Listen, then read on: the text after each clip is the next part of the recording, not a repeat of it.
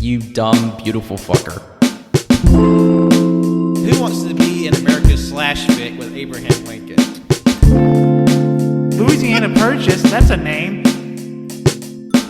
You need to really get off my balls, okay? I'm gonna kick your ass. Also, why was Michelangelo so stinky? Ew.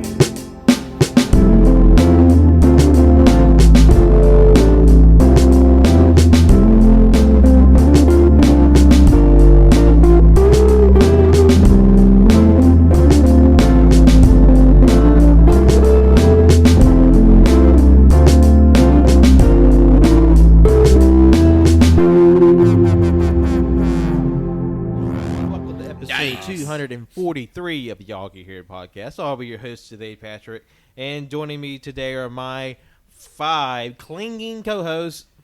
Upside down, all the blood's rushing to my head, Colt. It's your boy Shimmy. Web shooter Wenzel. I'm the Jackal, and man, I used to be a piece of shit. It's the Coughing Can Man. Yay! Yeah. I love Sandman. Bring me a dream. Boom, boom, boom, boom. Not even what the fuck I just said. Bum, Dun, bum, dun, bum, dun, bum. But today we are discussing Spider-Man No Way Home. Now, we will say this is a little bit different than our usual format. Typically, we reserve our spoilery talk for a non-canon file, but with just how the holidays fell and needing a certain spot for the Monday episode, we figured why not just go ahead and drop this thing top of the week and just get it over with. So, yes, we will be discussing No Way Home in full detail. Spoilers all So the if way. you have not seen the movie, it's your prerogative if you want to listen to this episode and get everything about it spoiled and in depth. But we think you would have more enjoyment out of it if you went to see the movie first, and then came back and let this episode be your companion piece to help you digest all the craziness that you just saw. So, last chance to back out before we start dropping hella spoilers. Warning! Warning! Spoiler in 3, 2, 1. Toby! I can't believe Spider-Man gapes in this movie. Oh, he does. I can't He believe gapes a lot. they didn't kill him just for that big fat ass. Oh my god.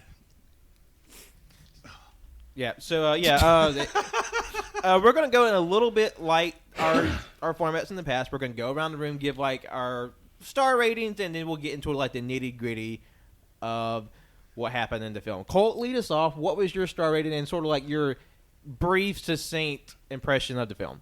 I gave it 5 stars. It's my favorite Spider-Man movie and one of my favorite Marvel movies now. I absolutely love this movie. I think Spider-Man's cool. Yondu dies, and Aunt May does too. That does In happen. that order. Aunt May does die. If we're being technical, yes, in that order. In that order, yeah. For me, 7 stars. Whoa, is it the 7. Tokyo Dome? Oh no, even in the Tokyo Dome, it couldn't have been any higher. This is not just my favorite Marvel movie. This is my favorite superhero movie. It was everything I possibly wanted out of this movie, and then so much more. I cannot say enough good things about this film. It is now in my top 5 favorite films of all time. That's quite an achievement. Don't you Yeah. think? 4.5 stars. It was great. It was a fun time. Definitely my favorite out of the Spider-Man trilogy. Probably my favorite Spider-Man film of all time. One of my favorite Marvel movies. I would say it's definitely in the top 5. I need to reevaluate all of it now because I also saw Eternals not too long ago, and Eternals is like, I loved it. So, but this I would say is definitely higher than Eternals. There's definitely a lot fighting for a contendership for like a high-ranking Marvel movie, especially after this year. Like, it just, it's so good. And it does so much for the character, I believe, in the MCU. So, I mean, it opens up a lot of doors, which is really fucking cool. Yeah. I mean, I really fucking enjoyed it. I still need to watch it a few more times before I make like any sort of definitive on like where it places on my list, because I love the fuck out of Spider-Man, the original Spider-Man 2 and fucking Spider-Verse. But I don't know what else to say. It was really fun. It was what I wanted and what I expected, and had a fucking blast. 4 stars. I just noticed you're wearing the Thing shirt. That's fucking awesome. Oh yeah. Hell yeah. It's a rad shirt. Yeah. I'm just going to cut to the chase. 5 stars. Nice. This movie was great. I had a blasty blast. Literally, quite literally, not a dull moment. It was also, strangely enough, a pretty solid theater experience, at least for us. Yeah. Yeah, because usually our theater is kind of doo-doo, but like everyone popped off at like the perfect time. Yeah. The right moments and like appropriate volumes, and like there wasn't like too much clatter gussing up the rest of the. So you could hear people were talking even when it was like, oh, that's a big thing that happened. Yeah, but like my only light gripes that I have will be talked about later on. But yes, 5 stars. Loved it. Fucking loved it. I will say probably the only thing I would get out of the way, just for like, I would have gone 5 stars, but 4.5 just because the CGI just really I didn't like it. I was like, ugh. There was a point where I was like, you're using a lot of CGI, and it feels like only the head is the only non-CGI thing in this scene. Like, it just felt so weird. But other than that, it was fucking fantastic. Yeah. I agree with everybody. It's a fantastic. It's definitely one of my favorite movies of the year. It's 4 stars for me. I definitely had a little qualms here and there, but nothing just like, oh, this is breaking it. I would like to sort of revisit it, like on my own, and so I could maybe like solidify certain things, because not everything is fully formed for a lot of people on first viewing. So I would like to revisit it, but it was still a lot of fun. It was just top to bottom. It was just full of action, a lot of good surprises, and it's one of my favorite theater experiences because everybody was just in there for the ride, and it was just kind of like felt like a one really cool collective moment to be like in public watching something in movie. It's a great thing. Yeah. Oh yeah. No. I think there was only 2 parts where it might have gotten so loud that it's like, okay, everybody needs to calm down. We kind of need to watch the movie, like, guys. It was when Peter is talking to his lawyer. And that might have been one person in particular. But it was so funny because it was literally just like at first it was like everybody was like, it was like, but it was kind of delayed until like I kind of yelled, and then that's when everybody just kind of started fucking screaming, and it was like, oh shit, like. Yeah. While I was filling my diaper during that particular scene, I might have inadvertently made everyone else in the theater's diaper fill up because I fucking screeched. Yeah, for real. You didn't just screech. You jumped out of your seat. I didn't know anything about any spoilers. I try to avoid all that shit like the fucking plague. I want to enjoy my first go at it. I watched the first trailer for this movie and said, you know what? You got my money. I'm done. I don't want to see anything else. So I went into it, and then, well, I guess we're talking about it. Fuck it. You see the cane. And then I'm like, that's when I start fidgeting in my seat, right? And then I hear the voice, and I put my arm over my mouth. I don't know why I just did that. I just fucking did that over the mic. Put my arm over my mouth, and then you see that face, that oh so familiar Charlie Cox face. Fucking face. And then I just go, in a crowded fucking theater. Oh my god, I couldn't stop smiling for like 5 minutes after that. I was recall like, you screaming at least 3 times. Sorry, go ahead, no, Pat. because that was like my full diaper moment because everybody in the game knows I'm a huge Daredevil fan. Yeah. And like I'm surprised I didn't make a big noise, but I was just like. It just like all the air left my body. It was like, oh fuck, that's him. When I got done, I was like, oh shit, wait a minute, Pat's here, and I looked in his direction. No, literally, I turned my head and everybody in our group's looking down the road back at me because this dude has a Daredevil T-shirt, a Daredevil hat. I mean, and I got a Daredevil figure right now. Right now. And like, yeah, no, like for me, my reaction was like it was literally just building up because I was like. Like and like people were just kind of like not really getting it until like I finally just it's Matt Murdock. It's like I'm helping you along, guys. Like, and which makes me kind of sad because then it also means that like everybody started like at that point everybody was fucking screaming even as he was talking. It was like shit. But then I'm like thinking, does everybody really know who that is? They should, but like I don't know. I mean, at the day of this recording, like literally Daredevil is like at the top of Netflix Yeah, right now. Yeah.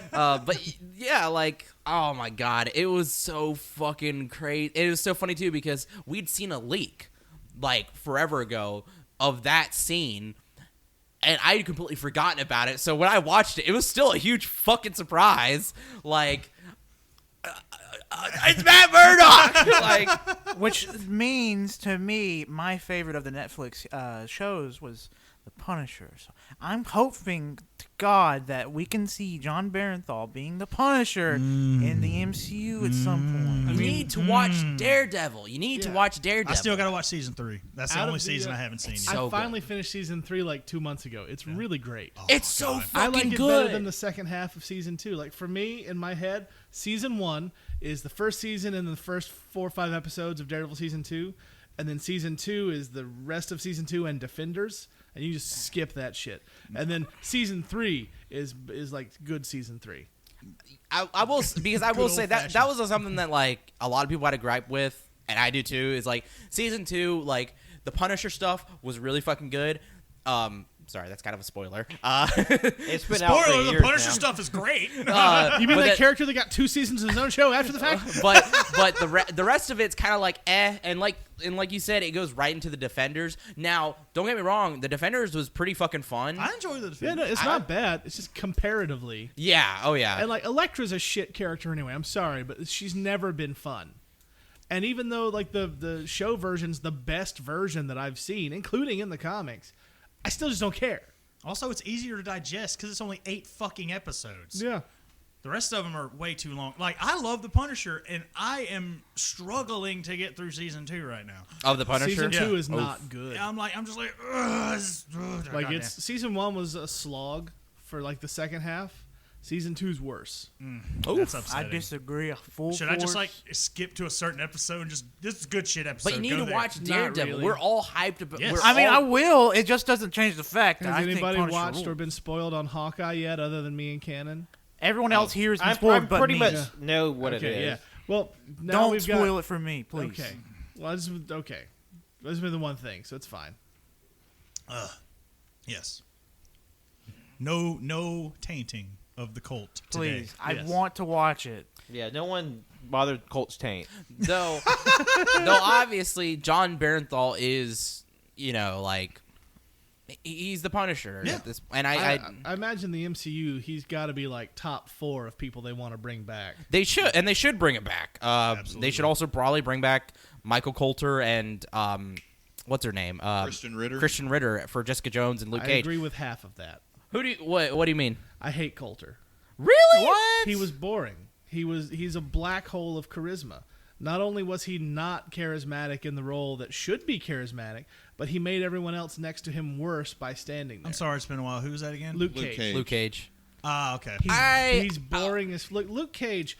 His defining character trait is that he's like 70s. Like he's got a funk to him, right? Like he's charismatic. He's cool. Luke Cage is cool, not like 90s. I'm just gonna stand here and smirk at you, cool, but like effortlessly fucking cool.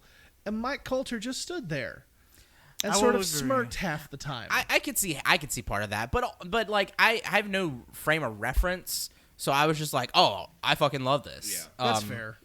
Like as far as like, because I've only seen the first season of Jessica Jones, and like he definitely wasn't a highlight for me, but he wasn't bad. Like he was, he was just given a pretty solid performance. I really enjoyed. I actually really enjoyed both seasons of Luke Cage. I think I honestly think I like the villains more. Yeah, no, Cottonmouth was fantastic. Cottonmouth. Luke Cage was damn near unwatchable for me after he dies. Mariah's boring. Diamondback is stupid. what? Wait, Diamondback. Okay, never mind. Diamondback's goddamn I thought you were talking about atrocious. Bushmaster. No, I like Bushmaster. I love Bushmaster. But no, Diamondback was goddamn atrocious. Yeah, Especially coming right after Cottonmouth. which that whole thing was fucking weird. I will say that. I'm just saying, like, the character itself has more in common with Shaft than he does what Mike Coulter did. Like Samuel L. Jackson would have been a fantastic Luke Cage 30 years ago. Wow. They just put Sam Jackson's head on a giant cheesy body. Well, now that makes me curious. Who do you think should play Luke Cage?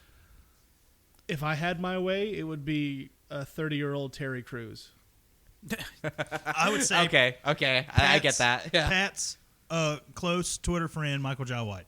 Michael Jai White would be a fan-fucking-tastic Luke Cage. Yes. Michael Jai White would be great. But is he still tied up with like the DC TV verse? I don't know. But What, Iron Claw?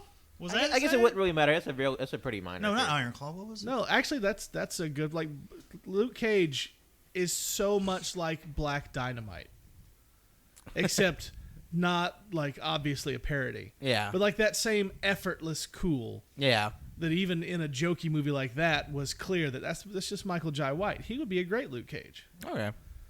Oh, Mike Coulter was just that one board from Ed, Ed, and Eddie that had a face drawn on it. I want Plank? you to Plank? Plank, yeah. Plank ruled. Yeah, Mike Coulter was just Plank. I did not like him. well. Kristen Ritter was fantastic, though. That was I was about to perfect say, Jessica I Jones. definitely love Kristen Ritter as Jessica Jones. Again, no frame of reference, but I loved Jessica Jones And, season 1. Finn Jones wasn't a terrible Iron Fist as far as the character goes. He just got saddled with poor writing. And he didn't care enough to do the fight scenes. But as far as, like, Yeah. the characterization, he was fine. He was closer. But even then, like, he's supposed to be fun. But he wasn't. Yeah, I kind of didn't really care. I mean, And I love Iron Fist. that's what, like, I was really excited and fun. I will say, though, every time he was with, I loved him in Defenders, and anytime he was with Luke Cage, I thought it was a great fucking time. Yeah, no, those were my favorite Luke Cage scenes, is when he was going back and forth with Iron Fist, because it was the only time it felt like Luke Cage. I was about to say, it's like, that's when you kind of felt like that, like, I don't know, that really just cool, just partnership. Yeah, that dynamic that they've always had. That's why they've always been a team. They're great together. Anyway, you should watch Daredevil, Cole. Hey, you watch Daredevil? You need to fucking watch Daredevil. You know the #1 show on Netflix right now? Daredevil. Spoiler alert: the first 20 minutes of this episode is actually about the other MCU properties. You know what? If they bring back that Bullseye, I'd be down. He was great. Oh my god, I love that Bullseye. He was so fucking good. What, you don't want Colin Farrell? You know what? He wasn't terrible. He was the best part of that movie. I mean, He was- I know that movie's bad, but I have a The strange... director's cut is not terrible. Okay, I mean, don't think it's I've because seen of it. that movie that got me interested in the character. I- And it's I- not because, like, I'm sure there's a better version of it. It's just like, I legitimately was like, you know what? I'm intrigued by the story now. I will say about season 3 though, after watching that Bullseye, I just started throwing shit. I was like, It was really hard to record with Wenzel during that time because he was just constantly trying to, like, hit a fly with a paperclip. skateboard. Yeah. No, it was a fun time. You need to watch Daredevil. I have no frame of reference for any of this. So you should watch Daredevil then. Yeah. I You gotta can't- you watch can't- Hawkeye next. Okay, It's on no. Netflix. Well, It's now, easy. now you gotta watch Daredevil because Daredevil's officially Well, the fucking. thing is, I'm curious about are the MCO shows canon? Because I know Fisk is in the Netflix show.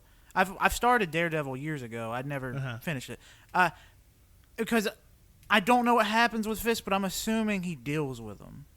What, Kingpin? Yeah. Yeah, he's like the main villain of season 1 and 3. Yeah. So, like, what about for Spider-Man? Because can they he- introduce him again? Yes. And- Yes, Is they there a can. way? Yeah. Okay. I But don't know. he's saying that because you know, Fisk is a prominent villain in the Spider-Man video Yeah, game. Yeah, he he- debuted in Spider-Man. Yeah. Okay. Yeah. So I Yeah, mean, no, he it's absolutely so funny, could like, come how back at some they point took that character to stuff. make it Okay. a Daredevil villain. I mean, and I don't want to jump to the end, so I won't. We'll talk about some more Well, grounded I think that's stuff. a good way to parlay it to actual Spider-Man. Because, Yeah. because like Fisk is a character that survives in a Daredevil show to show up later. Part of the thing about the movie is just sort of is like taking the villains and which I thought was a great story in the film is like rehabilitating the villains because it's kind of like a known trope in superhero films where the villains die at the end. They either directly killed or they sort of like die because of the consequences of what they do. And for a large part of the film to be Spider-Man trying to help the villains and to replace them in their respective world, I think is a pretty interesting sort of trajectory for the film. Yeah, because Spider-Man doesn't really kill people, right? I mean, No. he's pretty famously like trying to save everybody. yeah, and I Like think some shit's happened, but he always felt bad about it. Yeah. He never did it on purpose. yeah, and I think Tanner said it where this is the film where Spider-Man or Tom Holland or whatever, this Spider-Man becomes Spider-Man, and I would actually, I would Yeah. wholeheartedly agree. Absolutely, yeah. I mean, because he's fighting against five superpowered villains, but also trying to save them. It's the Sinister Six minus one. Yeah, and then I mean, Rightful technically five. they're all in there. It's just one of them decided to go get drunk instead. that was also probably part of my rating going down just a little. There's probably some red tape bullshit regarding that point, but we'll So get to much it. red tape. We'll get to it in its own time. But I think that's a great point because I know as much as people really seem to enjoy the Tom Holland films, I do feel like, and at least from what I've been told, there's like a lot more like controversy in terms of like how MCU has handled this interpretation of Spider-Man. Because as I talked earlier this month about Spider-Man Twitter, is that there's just a roiling like cauldron of like interpretation. There's always gonna be someone that has a different point of view, but there are people who feel like the MCU Spider-Man isn't like real Spider-Man until like the closing moments of the film, because he felt like he was either like just Iron Man's sidekick, or he's like because he has access to like all these like special tech and like other stuff. He didn't make it himself, or like he sort of inherited a lot of his stuff, and so he's not true to this sort of grassroots version of the character. That's A lot how of I people- felt. He just felt too massive, and we didn't get to experience the core. And of I Spider-Man. think that's very fair because And like I haven't hated. I think he's a good Spider-Man. I didn't like the idea of having a high school age Spider-Man again and then making him Iron Man's sidekick. Yeah. I wasn't a fan of that. So yeah, no, I'm absolutely in the camp that the last 15, 20 minutes of this movie is the first time Tom Holland has felt like Spider-Man to me. Yeah. He looked older too. Yeah, he looked older, which that helped. But it's like all this Iron Man tech and all the Iron Spider and shit. Like he had so much power. Yeah, this is like Iron Man's little buddy, and that's just not Spider-Man to me. And, like it's fine as an interpretation. I didn't hate it. It just wasn't what I want out of Spider-Man. But then this movie was. It absolutely was, because it finally ripped away all the shit that has been his crutch. Yeah. And he's Spider-Man now. Well, and I know we talked about it with X-Men, but at least for me growing up, I was a huge Spider-Man fan, and I always liked Spider-Man better by himself versus him in the grander MCU or just like Marvel universe. But like, I don't know. I think it's just because Tom Holland has just has excellent charisma. I really enjoyed this version of the character, especially for something. We've seen that version of Spider-Man with Tobey Maguire, so it's like, why not try something different? So I thought that's like a more financially downtrodden version. Yeah. And like I feel like because this is the seventh, eighth Spider-Man movie overall live action, it's kind of like I'm fine with it being this step away, because we kind of had that sort of poor version, quote quote, financially poor version in the past. So like I'm grateful we didn't just sort of completely retread that. But I understand why some people feel like if they didn't get what they want with the last two versions, they're kind of hoping for like maybe this time they'll get it right. Yeah. But I don't know. With a character that's this big, literally one of the three most recognizable characters in visual fiction, you're never going to nail down like that perfect version for somebody. Yeah. Exactly. Well, for me, part of the thing is the Spider-Man as a character is built by being mostly on his own all the time. He's scraping by, making his own suit, not having anyone there to really help him. and yet he still tries to be a hero. You know, he busts his ass to do the best he can. But if you start him off and give him a billionaire buddy to look out for him, it kind of cheapens his character to a degree. So, you know, that was my biggest issue with that. Yeah. Yeah. But now that's fixed because he has nobody and nothing, and he's making his own suit. But that ending suit was badass. Yes. It was so fucking good.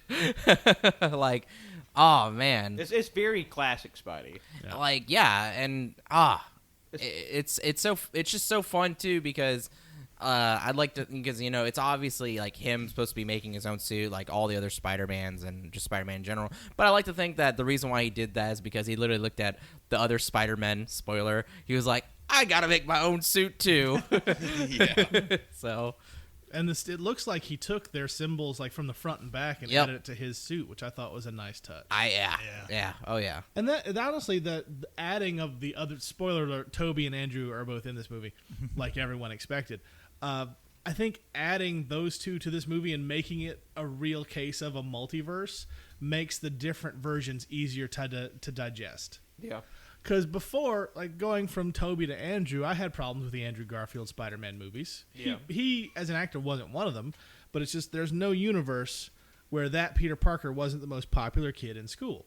You know, that is very true. but at the time, that was the only Peter Parker we had in the movies. Like, that was like, this is your movie Spider-Man, fucking deal with it. So now, that's not the case anymore. It feels like it's more open to where, like, you can have what you like. And I appreciate that, because, you know, the Tobey movies, those are still my favorite Spider-Man movies. Yeah. Some of my favorite superhero movies. Spider-Man 2 is, to me, one of the most perfect superhero movies they ever made. And now, you know, I don't like this version. I like that version, but that version's never coming back. But we can't say that last part now because there they fucking are. I mean, cause Cannon was talking about it earlier. Like, you know, Doctor Strange is like the forbidden door. And like, Yes, that's what I'm saying. I'm saying it. I've said it 1,000 times. I'm going to put it to audio right now. Doctor Strange 2, The Multiverse of Madness, is Sam Raimi's forbidden door to Spider-Man 4. Mm-hmm. What if it fucking happens? I would shit a whole fucking brick. Like Look, old man Spider-Man, like just literally Toby. Like, dude, I was telling Pat, I haven't read it yet, but essentially, like, Spider-Man life story is like him just aging, like in real time. It's really fucking good. Just like throw it down, just boom. All right, you're old man Spider-Man. Go. and that'd be great to see because like this is the world we live in now, where thanks to this movie that it's still a little unlikely, but it's more possible now than it was before that you can make a movie Spider-Man with Tobey Maguire. You can make a movie with Andrew Garfield now because like this is one of the biggest movies of all time now, and I feel like they just want to keep making more. Hell, there's like rumors there's going to be a third trilogy with Tom Holland Spider-Man. So Well, Feige and Amy Pascal have already come out and said they're working on that. But then Tom Holland. Tom's like, please let me go home. yeah, I just Tom want to have Holland a is wife like, and a I kid. don't. He's like, Oh, no. Those are negotiation tactics. I say, maybe we're done with Spider-Man. Oh, another dump truck of money? Well, I guess we're not that done. I said, just let the boy have a little break. Come on. No, Yeah, at least give him like 5 years. some time off. Well, no, Feige came out and said the other day, "Is like, look, we're working on it now to see where we go with this character. I just don't want anyone to have any of that separation anxiety that happened after the last one, Yeah. because that's not happening again. We've Yeah, got more Spider-Man coming." Yeah, because we can't take breaks anymore. There's no time to digest what we saw. It's on to the next one. Hey, Tom Holland just needs to take a break because the last few years he's just been in movies constantly, not just MCU shit. I think he's gonna have to go. Like, I feel like Robert Downey Jr. whenever he first played Iron Man, and he was just doing Marvel stuff for a long time until I think Doctor Dolittle, or not Doctor Dolittle. I mean, he dabbled and he did did other Sherlock things Holmes amongst and them. Yeah. stuff. it just wasn't constant. Yeah. The Judge comes to mind, I think. Was Isn't this- that what it was called? The Robert Duvall? Yeah, think so. we Yeah, did that I one think movie so. with Zach Galifianakis. Yeah, Road Trip. Oh, Dude, yeah. I Due love Date, that yeah. movie. That was a good one. The Soloist, I think, was after the first Iron Man.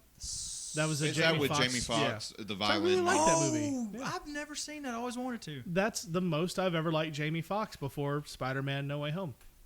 So I Wait, don't- what? No, I'm kidding. I'm not a big fan of Jamie Foxx in things. I know. Weirdly, But oh god, that reminds me of a fucking that spoiler thing that I saw on Facebook. Has anybody else seen it?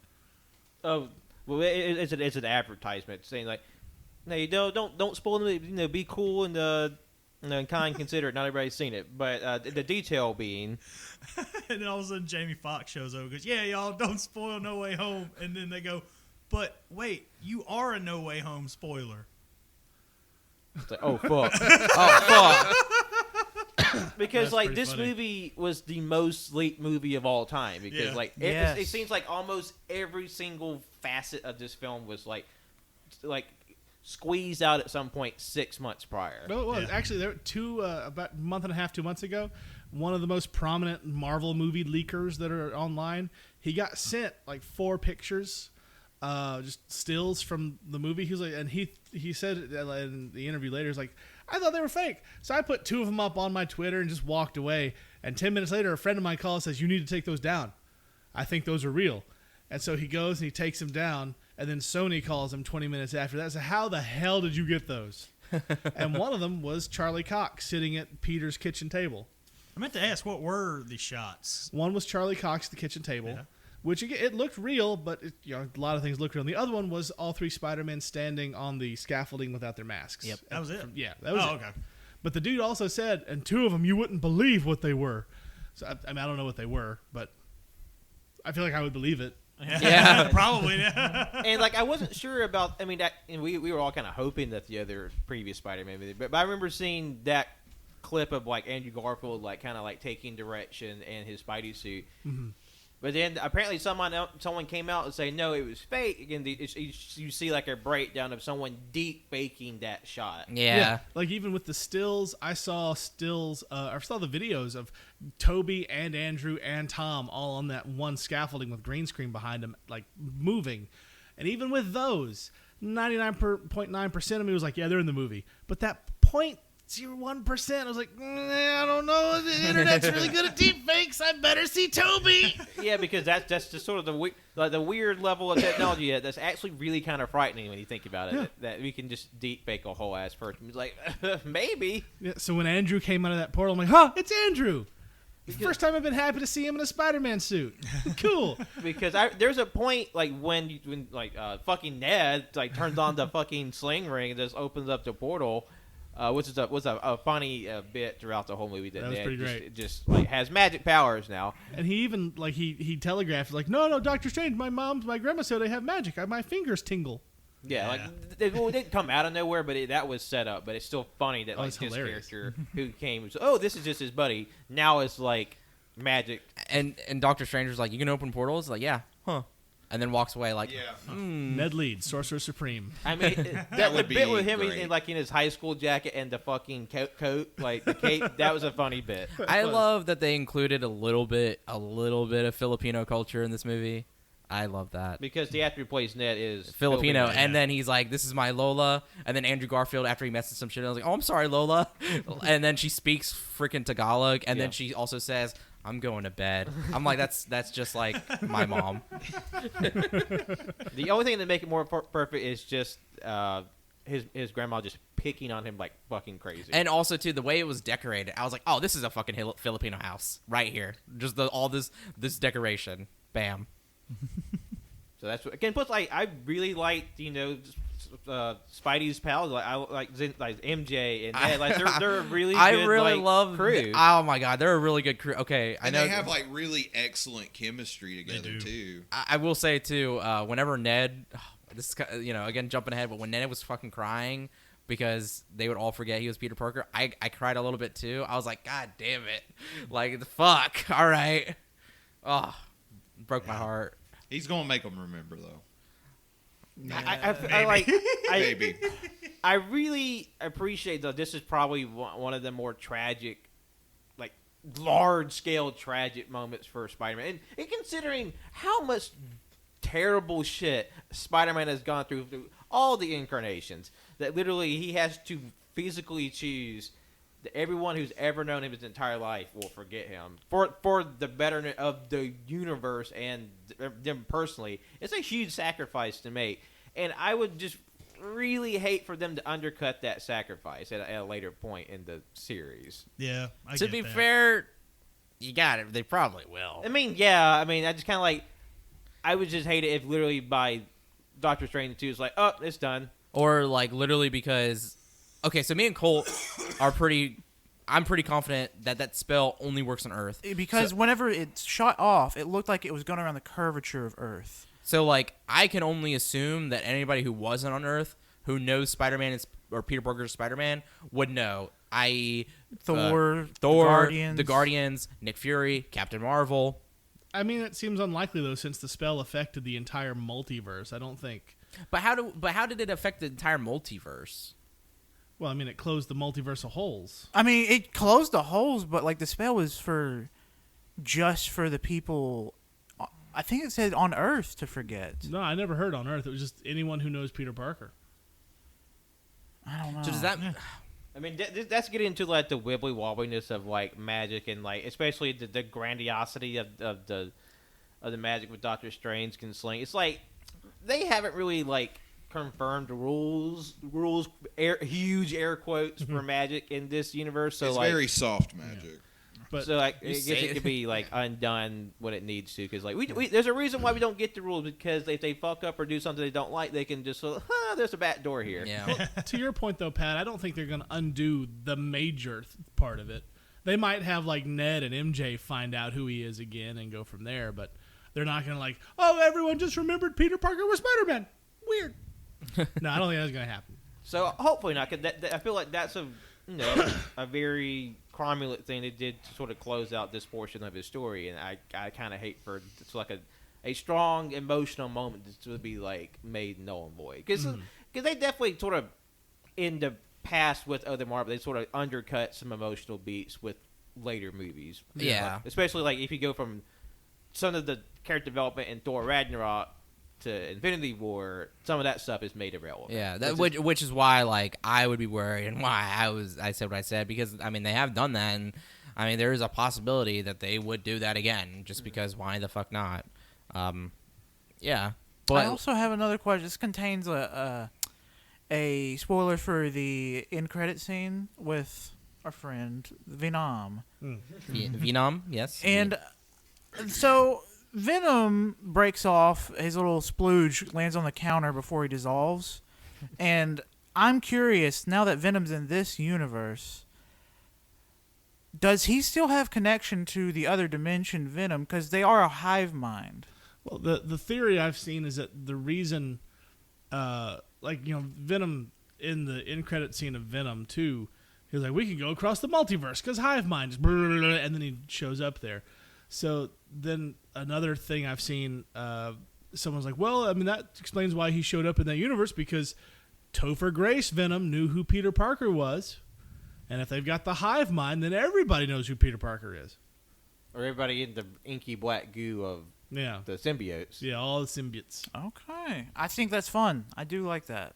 Also, that was the Sonyest way I could think of for them to drop off a bit of Venom to have the black suit story without having Tom Hardy show up and stuff. Yeah, which is like Which feels like really stingy on Sony's part. Yeah. Like, I feel like they're playing just enough ball with like Marvel and Disney to like acquiesce, but we're not. Cause I feel like in one way, having Eddie and Venom would kind of make already a very full movie even more bloated, and like it would feel kind of awkward to somehow insert him into the action. Or hear me out. We just cut the Lizard entirely and just replace him with Eddie Brock. Yes. Now we I gotta would have the love that. Sinister Six, bro. Yeah. I just think the Lizard's Buddy? the most boring of the Out of group. all the villain, like he has the least to do, and like even in the comics, I thought he was one of the lamer villains. Well, I can't. I love lizards, so that's why I like the lizard. In the first Amazing Spider-Man, he was that boring too. So yeah, like you got because people. I don't really like that movie. Is a 5 out of 10, just like very middle of the road. Yeah. Well, I mean, if the reason they did it is because he was the only villain in the first one, so you get a villain from all the movies that came before this one. Oh yeah. So like it makes sense why he's there, even if to some, he may not be the most like engaging character. You just leave out Harry Osborn and you leave out Topher Grace, and then we're good. I mean, 'cause, believe me, if I had it my way, it would have been the Spider-Man animated series version of the lizard in that cage. From Fox Kids. Yeah, I wish they would have at least given him a trench coat, like a lab coat. That'd Yeah, been cool. I don't like the the naked weird, man, the naked lizard man. I will say that I do like that. I'm pretty sure I have that toy. Yeah? Yeah. Oh, that's fucking rad. At least they fixed Electro.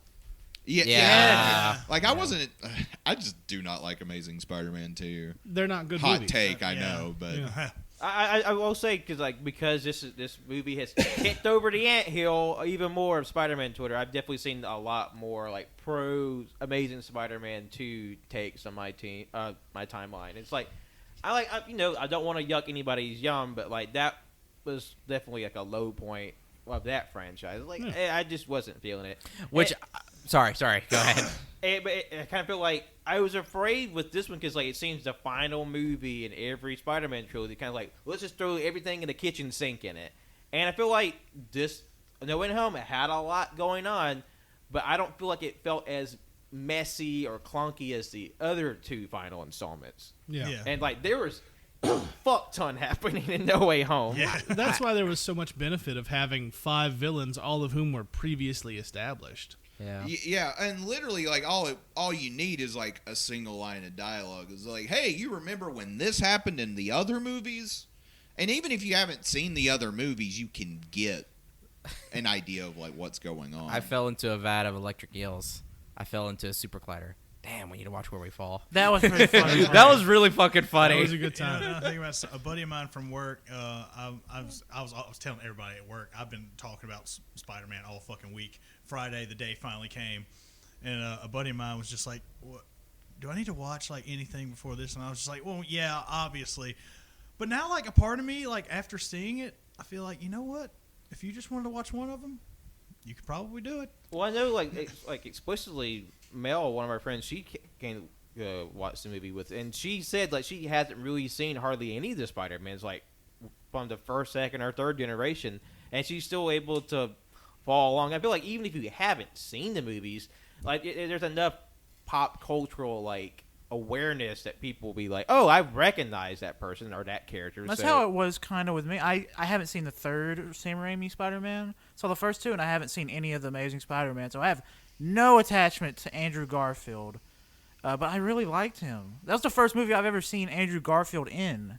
He's a great actor. This was the best Spider-Man he's done, and I'm 100% behind Amazing Spider-Man 3 with a different director than 1 and 2. Yeah, get Mark Webb away from. Yeah, Mark Webb needs to fucking stop. But Webb's in his name. Yeah, but that's stupid. He's a bad director. I do think it's funny that Andrew Garfield's Spider-Man was called Spider-Man 3. Doesn't have a third fucking movie. That was I thought that was a pretty good great. fucking That was bit. a good time. Also, I will say in the Amazing Spider-Man, in the first Amazing Spider-Man, I loved his suit in that one. He does wasn't have a a bad fun suit. suit. I thought it was cool. The yellow lens and the very like more blue than red. I thought that was sick. Yeah, I mean, honestly, all the movie Spider-Man suits I think are pretty rad. It's funny how like I feel like the Tom Holland Spider-Man, his suit seems to be the less textured of the other Spider-Man, because like it feels like the first Spider-Man it's like ribbed for his pleasure, and then like Andrew Garfield's Spider-Man, at least from the first movie, it kind of feel like he's like a basketball with like spider webs on it, and then they kind of rebooted the franchise to the end of the second one anyway. Yeah. So it just feels like a different movie, but like all the suits look pretty cool, and we got a few different in this one. Yeah, I always so a lot of some of the leaks were like toy leaks and stuff of like Spider-Man's black and gold suit, and I was like, oh, that's cool. And the entire movie, I was like, when are we gonna get the gold and black suit? And then he looks inside of it. I was like, oh my fucking god! That was pretty funny. He immediately turns it inside out. I was like, okay, that's fucking good. That was a good bit. It was a good bit, and the suit still looked fucking cool. It really did. So yeah. And I look how I remember like one of the shoulders had like a bunch of little baby wires and shit poking out and Yep. stuff. I was like, ha! Mankey worked up inside out, man. It's pretty cool, yeah. I also do love how it literally felt like a fucking video game when Doctor Strange took one of his arm gauntlets and turned it into a fucking web shooting portal gun. was like, that's kind of cool. Like, that's totally a fucking video game shit great. right there. Yeah. You just wait for someone to make a Spider-Man Portal crossover. Oh man, we've been really jumping all over the Yeah. place. Let's try to. Where should we go? Where are we going from here? How about the fact that at the end, when the Lizard and Sandman both turn human again, that was repurposed footage. I knew it. It was. It very much was. Fucking knew it. They both came back to do voices, but their Okay. human forms, that was repurposed footage. And that's why Sandman was always the Sandman, man.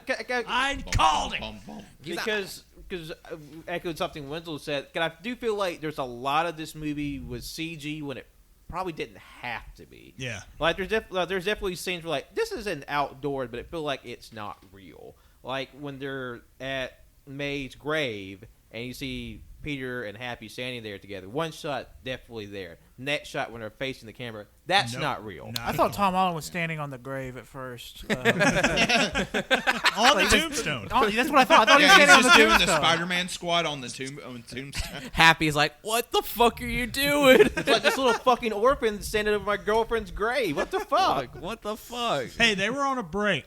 Okay. No, they broke up. My yes, ex-girlfriend. that was the bit. Oh yeah, also May dies. I don't know if we covered that. Since Willem Yeah. Great. Dafoe is one of the best fucking actors out there. Defoe is great. I fucking love He- that bastard. He only agreed to come back if he could do the majority of his stunts. His own stunts, which is like, holy shit. Yeah, he didn't wanna wanted to just- kill Tom He Holland. didn't want to be. He didn't want to be a glorified cameo. He's like, I want to be in that. Oh, yeah. He's And I so mean, goddamn And he was the best good. part of the villain-wise Yeah. part of the movie. Yeah, I mean, he is the villain of the movie. That whole technically. fucking fight sequence of him just beating the absolute fucking shit out of Tom Holland. He actually beat the shit out of Tom Holland. Like, he destroyed Tom Holland by just slamming him through a fucking apartment that building. was fucking insane. Well, the scene leading up to that, where Tom Holland's spider sense starts going stupid crazy. it was so And good. He's standing there looking at everybody, and then all of a sudden he webs Defoe's hand, and Defoe's looking at it, and he slowly turns back to the camera. He's like, "Oh shit, that's the Goblin! Oh god!" Well, and then there was a few seconds before that like Defoe does this like quick change of his face where it's like he's Norman, then he's like, oh, he's Goblin mode now. He's got such a good face. He knows how to move it but correctly. but it was like super subtle to where it's like, oh, like the audience knows, but it's not like super telegraphed either. He's an incredible actor. Oh yeah, and he beat the ever Like loving I just love shit. how this 66-year-old dude beat the fuck out of this like I mean, 25-year-old he dude. fucking what? Like He did, suplexed him. yeah, he did Yeah. wrestling moves Power all bomb. over him. Somebody got fucking last ride and done it. I saw there was a spear. Yep, Like, didn't there was a Goblin spear. spear him through the floor? It was in fucking insane. I want to watch the movie just for that fucking just like sequence. busting through like 3 stories. Like, god damn, no fucking letting up too. Just going. Yeah. Oh my god. good. I know one thing I saw was that people wanted Tom Holland Spider-Man. Like, I thought he was pretty beaten up in Spider-Man 2, Far From Home, but in this one, people were like, he needs the absolute ever-loving fucking shit beaten out of him, just like fucking Tobey Maguire's Spider-Man at the end of Spider-Man 1. And I was like, you know what? I'd fucking love to see it. And We got it. we got it, basically. Like Yeah. he was looking like Loki when he was getting choked to death. Yeah. His eyes were fucking bulging. Yeah, they were and- it, like I don't know if it's true, but it's like Quentin Tarantino just like came out and just like choked his ass.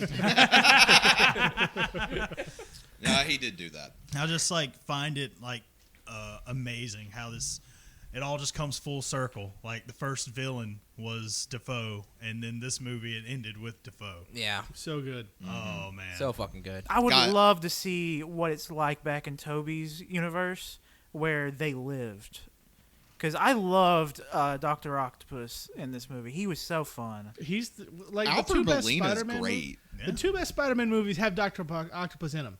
That's all I'm saying. Like the two True. best, Yeah. you've got Alfred Molina as Dr. Octopus. He's like Alfred Molina is just a phenomenal actor in every sense of the word, but like his Doctor Octopus, like it really you see like his villain and you see like his heart. Because I feel like I kind of feel like if they're gonna do like they did in 2, like he's gonna have like an arc where he's the first one to be like turned to the side of good, or like I thought like he was going to be good and the rest were going to be bad. But it turns out everybody kind of got a redemption in the end. Yep. And he was like one of the first to help facilitate. Because when in the final battle on Liberty Island, like he shows up, you think he's gonna beat him up, but then like psych bitch, I actually turned on the cures for like Electro and all the other ones. Yeah, it was really fucking good, and I'm glad they did him that, because I mean Doc Ock has always been kind of like a lot of the characters are tragic, but like I mean there was he's a good guy that had his invention take over him. In the video game, I was like so torn because I really enjoyed how fun and familiar he was with Peter. But this fucking then you gotta kick the shit out of him. I mean, yeah, like because like you're doing evil shit, but like there's no reason to just like to just because I know that's part of Spider-Man's thing is like quips and stuff, but like, there's no reason to like really just belittle him and beat the absolute loving shit out of him, because like I mean, yeah, he's doing some evil stuff, but like if you can help him, why not? Because and especially that version of the character is definitely more tragic. Yeah, it's not his intention. That's not what he wanted.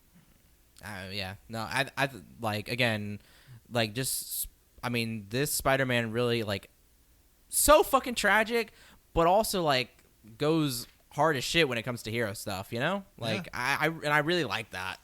Yeah. I mean, if anyone's gonna make some really hard personal decisions, it's gonna fall into Spider-Man's lap. And this is especially, and with how young this Spider-Man is, it makes it even more tragic. Yeah. And like bringing it back to the whole Iron Man thing, maybe like, and this is just sort of an interpretation, like having him start out that with Tony Stark and having that level of money and just capital in general makes it like his fall to this point even harder. Yeah, and it's not like he like he lost it because like gambling or anything. It's just because it's like it's kind of like a rightful like not downfall but rightful like taking a step down. I feel like that's just an interesting way to take this character, one that had like a lot of resources at the start of his like journey, and then at the end he has to build up from scratch, and I think that's an interesting way to do the character, and I guess we'll see how that turns out in the future probably. Yep. Oh yeah, and back to Aunt May dying. Holy fucking shit, that was crazy. As soon as she got hit by that fucking glider, I was it's like, over. She's done. was like, so many people have been stabbed by that glider. There's no fucking way she survived that. Like, it's like I thought when she got hit, it's like, wow, Aunt May's a fucking tank. She I mean, just really, walked out. goddamn, like, Yeah, because when she initially got hit, I was like, oh, okay, she's dead. But then he gets her up. I'm like, oh, okay, she's alive. And then it's like, oh no, she's dead. She's like that for was real dead. That was such a fucking teaser too. Like, oh yeah, she's fine. They're gonna walk out of here. But then it's like, oh fuck. Oh my god. Happy trying to steal the scene, pulling up in his whip. Also, too, would Willem It's Dafoe, like, hey Meg, you think we can still work it out? Also, Colt talked about the cherry on top was Willem Dafoe fucking throwing a pumpkin bomb. Like, yeah, just an evil motherfucker. Really. And then it was fucking brutal as shit when he picks up Tom Holland with his glider, and Tom Holland just opens up the compartment, turns on one of the pumpkin bombs, and shoves it back in. Like, holy shit, this is gonna get brutal. Well, that same scene, that was where MJ gets knocked off the scaffolding, and Tom Holland's like leaping after, I'm gonna save, and then glider. It's like, oh god, they're about to Gwen Stacy her. And then Andrew Garfield with the redemption arc saves her. I love That was such a good fucking. I was about to say that's really fucking good. I almost started crying just seeing his face when he's like, "Ha, I saved one." And he's crying too, and it's like, damn, yeah. And then when Tom Holland's about to stab Goblin with his own glider, and Toby stops him, and then he gets stabbed in the back by Goblin. That's another time I heard Cannon scream. I was like, no! I was also like, if they kill Toby, that'd be fucking crazy. Then he's on the ground like, I've been stabbed before. I say, okay, he's fine. It's fine. I forgot I screamed during that part. No, I mean, I jumped. Yeah. Well, I would definitely think that's a good point to sort of talk about the returning Spider-Man, because we haven't really talked about not that. only have you sort of like that'd be a good segue, and plus like on top of just like big reactions in the theater, because I remember when this is shortly after May dies, and like MJ and Ned are watching it on TV, and it's like, oh fuck, this is really bad, and then. I do feel like it's maybe a little soon for the comedy, but I know they got to keep this bitch rolling at 2.5 hours. So when Ned starts playing with the ring, he opens up a portal. So, let's try to get Peter here. He can help us. And then you see someone running toward the hole. It's like, hey, like, and I swear I heard somebody say or yell in the theater, "That's not Peter" or something like. And then it's Andrew Garfield pops out. No, I was looking at Cole. I just kept looking at Cole. I'm like, because I was like, that alleyway, totally fucking reused footage, by the way. That alleyway looks something out of Amazing Spider-Man, and I was like, that's Andrew Garfield, because I could also see his eyes, the mask, Just the right amount of dark. Just the right amount. So dark. Just dreary and spooky. Yep. And then I was like, and then it was a good bit. The theater's fucking exploded. The Oh, guy, yeah. the guy that was sat in front of us was having an out of body experience. He was coming, shitting. Like Garfield didn't even take the mask off yet. People were fucking clapping in our theater. Oh, Just yeah. like, yeah, and it's like I was like, yeah. Oh, and then He has a great bit where he's like talking with MJ, and then it's like, prove you're Peter Parker, and he's like starts climbing the wall. And he's like, this is enough. He's like, she's like, no, you need to walk on the wall. Like, this is enough. This is while enough. she's throwing fucking Fucking bread. teacups at him. Bread. Oh, it was bread? Oh, Yeah, it was God, bread. man. I was like, why are they not breaking when they're hitting the ground? It's fucking bread. And then fucking Ned's Lola was like, could you get the cobweb up there? I'm like, that is totally fucking something. Yeah. Dude, like, yeah. Get it? God, that's such good shit. And then the biggest part was when they summoned Toby. And like, Toby. and people literally jumped up in the alleyway, just yelling and hooting and hollering. I screamed. I Yeah. screamed just as loud as I scream when we watch wrestling. It was so Yeah. funny, too, because it wasn't even like a mystery or anything. It was literally an open portal. It's like Toby's like, Not even in a suit. Yeah. not even in a suit, just looking around like, Hi, I'm Spider Dad. hey, I'm looking for young Peter. Now there was one guy in our theater when as soon as Tobey Maguire popped, he's like, yeah, like just fucking just Fist pumping. scraping. There was part of me, I kind of wish they kind of gave that moment like a little bit more like juice. Like you had like him open the portal, then like you see a footstep on it, pans up to see a full body. I kind of would have liked that, but that's just a personal choice. Yeah. And then he says, it's pizza time. Well,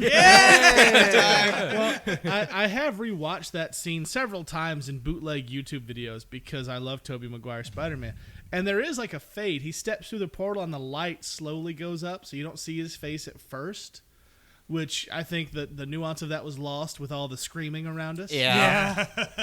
God, like There's probably gonna be a lot more you pick up on when you can watch this on Disney Plus and like. Oh, I'm buying the special edition Blu-ray day one. Oh, yeah. Pre-ordering that shit. Fair. it's like that trilogy pack done. It's happening right now. Yeah. And then they'll just have to twist Sony's arm. It's like we were gonna release all 8, and they're just like fuck you. I'd buy a Spider-Man box set. I'd buy it tomorrow. Hell yeah. That'd be pretty All day, every sick. day. That'd be pretty sick, yeah. All right. Well, I think we have a bit more to say about Spider-Man, so we're going to take a break and be right back with you.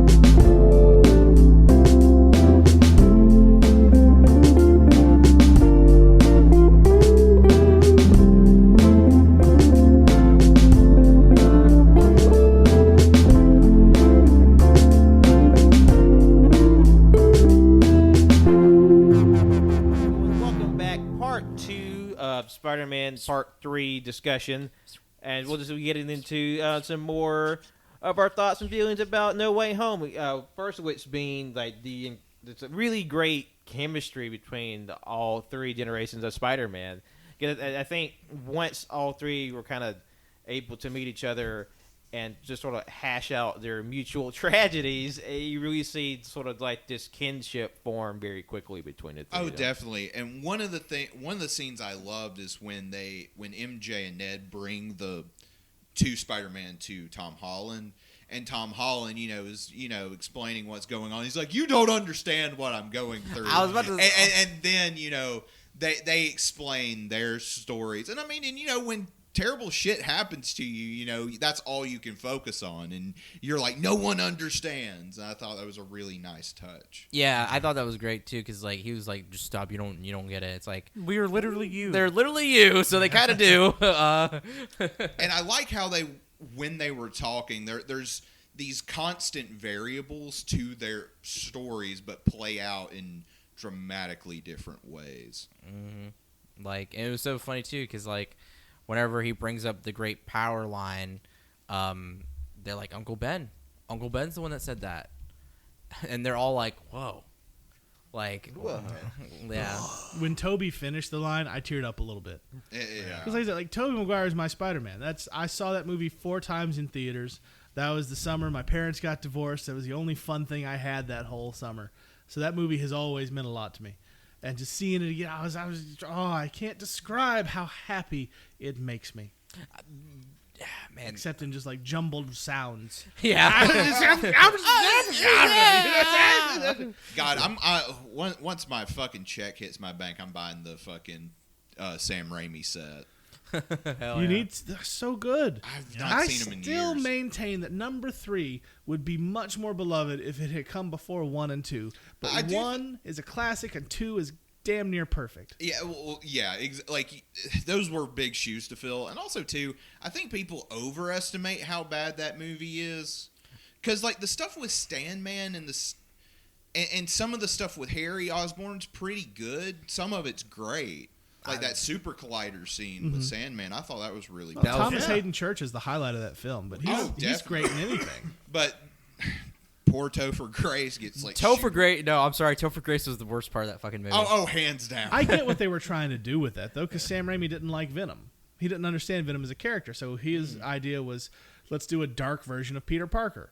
So you've got a smarmy little bastard photographer who gets a symbiote. I mean, and plus, you have this Twinkie dude that kind of looks like Tobey Maguire. I also want to point out, in case you guys didn't know, that the villains in Spider-Man 2 and 3 have both fought Brendan Fraser in cartoon adaptations. That is true. Because George of the Jungle, Thomas Hayden Church was the bad guy. Yeah. And in Dudley Do-Right, Alfred Molina played Snidely Whiplash. And this is how we rehabilitate Brandon Fraser to a larger Hollywood audience. He's the next Spider-Man. Yay! Yeah. Now, what if we get a split-screen George of the Jungle, Dudley Do-Right team-up, and you bring back Thomas Hayden Church and Alfred It's Molina? the Brendan Fraser verse. It's just a portal with like all Brendan Fraser's great characters. You get the Mummy, you get Dudley Do-Right, you get George of the Jungle, and I don't remember the other movie. Encino Man. Yes. Encino Man, and just leave Monkey Bone out of it.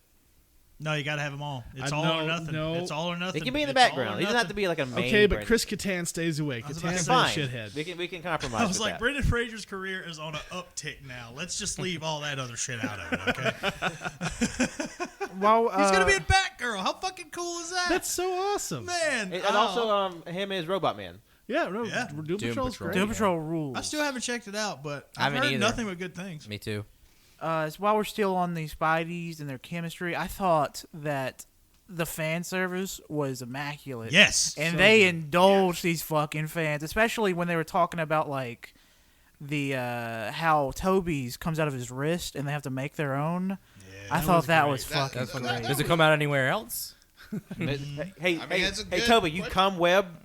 Do you shit web? Do you shoot web out of your feet? And, like, I feel like I was the only one in the theater laughing, but when Toby's talking about his back hurting. No, Yes. I fucking 'Cause that that was- was great. Because not only does it happen in the movies, like, oh, my back, but also after Spider-Man 1 going into Spider-Man 2, he wanted more money. So he's like, well, my back's sort of messed up from all the stunts. I don't know. And so they actually went back like, no, we're all fine. You're not on Spider-Man anymore. We're casting Jake Gyllenhaal.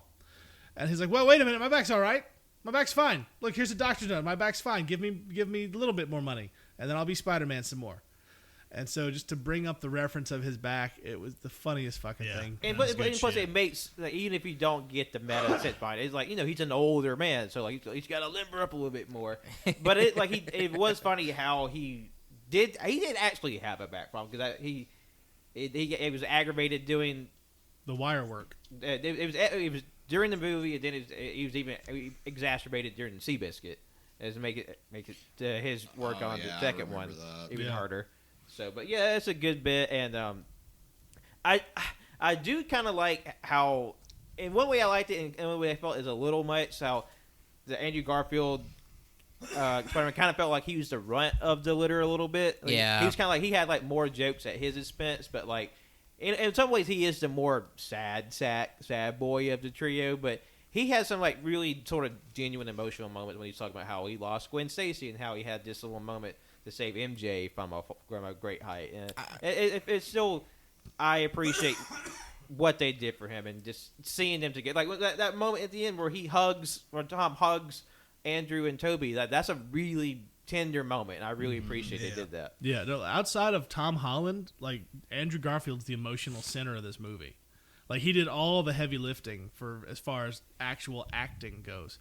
which makes sense because again, guy's incredible. He's really good. Yeah, he's a good actor. It's like I just hate that he's kind of had such a bum rap, not bum rap, but like a hard time through Hollywood, and had sort of like his interest in doing like these bigger films sort of dashed because how poorly he was treated over the Hollywood system. But I'm glad he felt strong enough to come back to do this one, and hopefully this maybe. Well, a little bit more positivity in his direction. Well, he's done a lot of like Oscar bait sort of films. He did Hacksaw Ridge, which was really good. Yeah. And whatever that movie he did this year, people say it was good. Yeah. Yeah, the Lin-Manuel Miranda movie. Tick, tick, boom. Yeah. Like, apparently he's really good in that one. There's early also, talk of like Golden Globe or Oscar nominations for it. It was good for him. Yeah. He was also in that one movie called Mainstream. It was not that good of a movie, but they said Andrew Garfield was really fucking good. He was also in that one movie. I've been meaning to watch it. It's called Under the Silver Lake. I've heard of that movie. I've heard it's great, and I really need to watch it. He's in that as well. I thought he was really good in The Social Network. He was really good in The Social fucking Network. He deserved awards for that one. Yeah, he got snubbed. I was about to say, I'm missing a movie. The Social fucking Network. He was I haven't great. seen that in a while.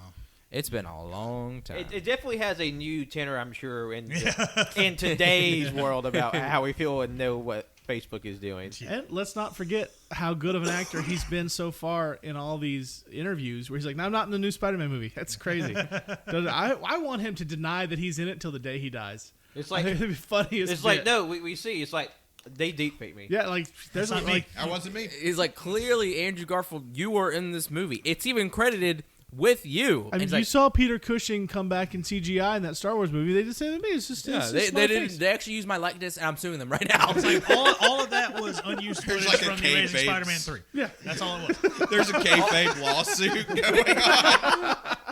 It's like he's spending thousands of his own money to pursue this fake lawsuit. And Marvel's like, "What are you doing?" And he's like, "I'm not in the movie." He's like, "Yes, you are. It's okay." Like, we paid you. Here's the check Like, you stub can right say here. you're in the movie. He's like, "I'm not in the movie." Like he just rips up the check in front of It's him. like, here's the behind-the-scene footage of you in the movie. That's He's not not me. in the movie. He's like, I'm closing my eyes. It's not me. I can't It's see. the Shaggy defense. Like, Who's it that? wasn't me. Who is that? That looks tall. That's a very handsome, beautiful man in there. That's totally not me. No, he just pulls a Daredevil. That was my twin brother, Mike Garfield. It wasn't me. Have you also heard of the cat? He hates Garfield? Mondays. Yeah. He hates Mondays. And they're Loves like, the fuck out of they're lasagna. like, Andrew, get the fuck out of our office. I demand to be paid in 10 pans of lasagna a day. Hey, I'd probably apply for that job. And I then- love I lasagna. want lasagna now, actually. It's delicious. And they said, like, you know what? Stop giving paper checks. Direct deposit right now. All day. Here's my routing number. Direct Go. deposit into my pocket. Andrew Garfield burns down the bank. You've been paid in 57 lasagnas this week. What is going on? You wouldn't download a lasagna, would News you? reports. Supervillain Andrew Garfield has once again burned down a Hollywood studio, screaming, "I wasn't in Spider-Man No Way Home!" I will now destroy every copy of this film to prove that my good name was being used against my consent. It's just how the Grinch stole Christmas, but it's how Andrew Garfield stole all the DVD copies of Spider-Man No Way Home. Yeah, see that is the Christmas special for next year. It's Everyone. not the Guardians of the Galaxy holiday special. Mr. Garfield. It's how the Garfield stole Christmas. Man, my mouth wants to right-click on some lasagna right now. Yeah, no, I'm thinking about lasagna too. I might order some lasagna for dinner. hey, crazy idea for 2022 AYCs. Lasagna taste test.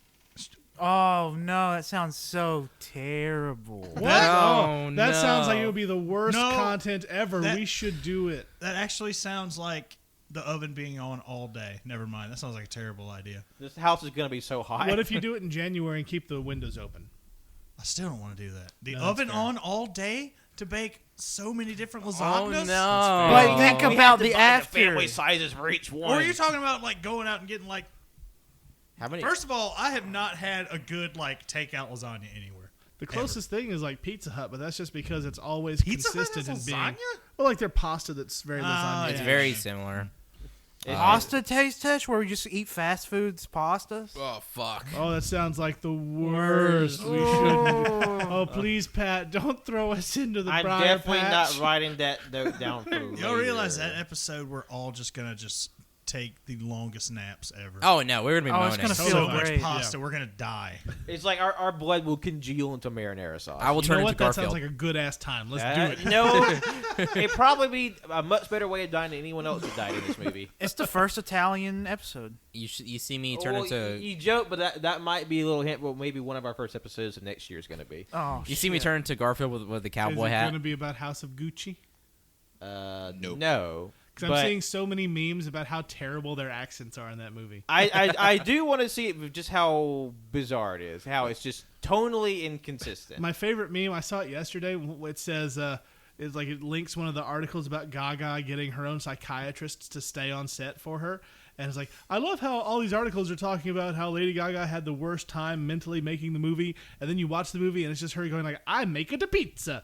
And it's like, that's so funny. I want to see it just for that now. I do know it's extraordinarily long. It's like it's like 2 hours and 48 minutes. Good Jesus God. Christ. Why?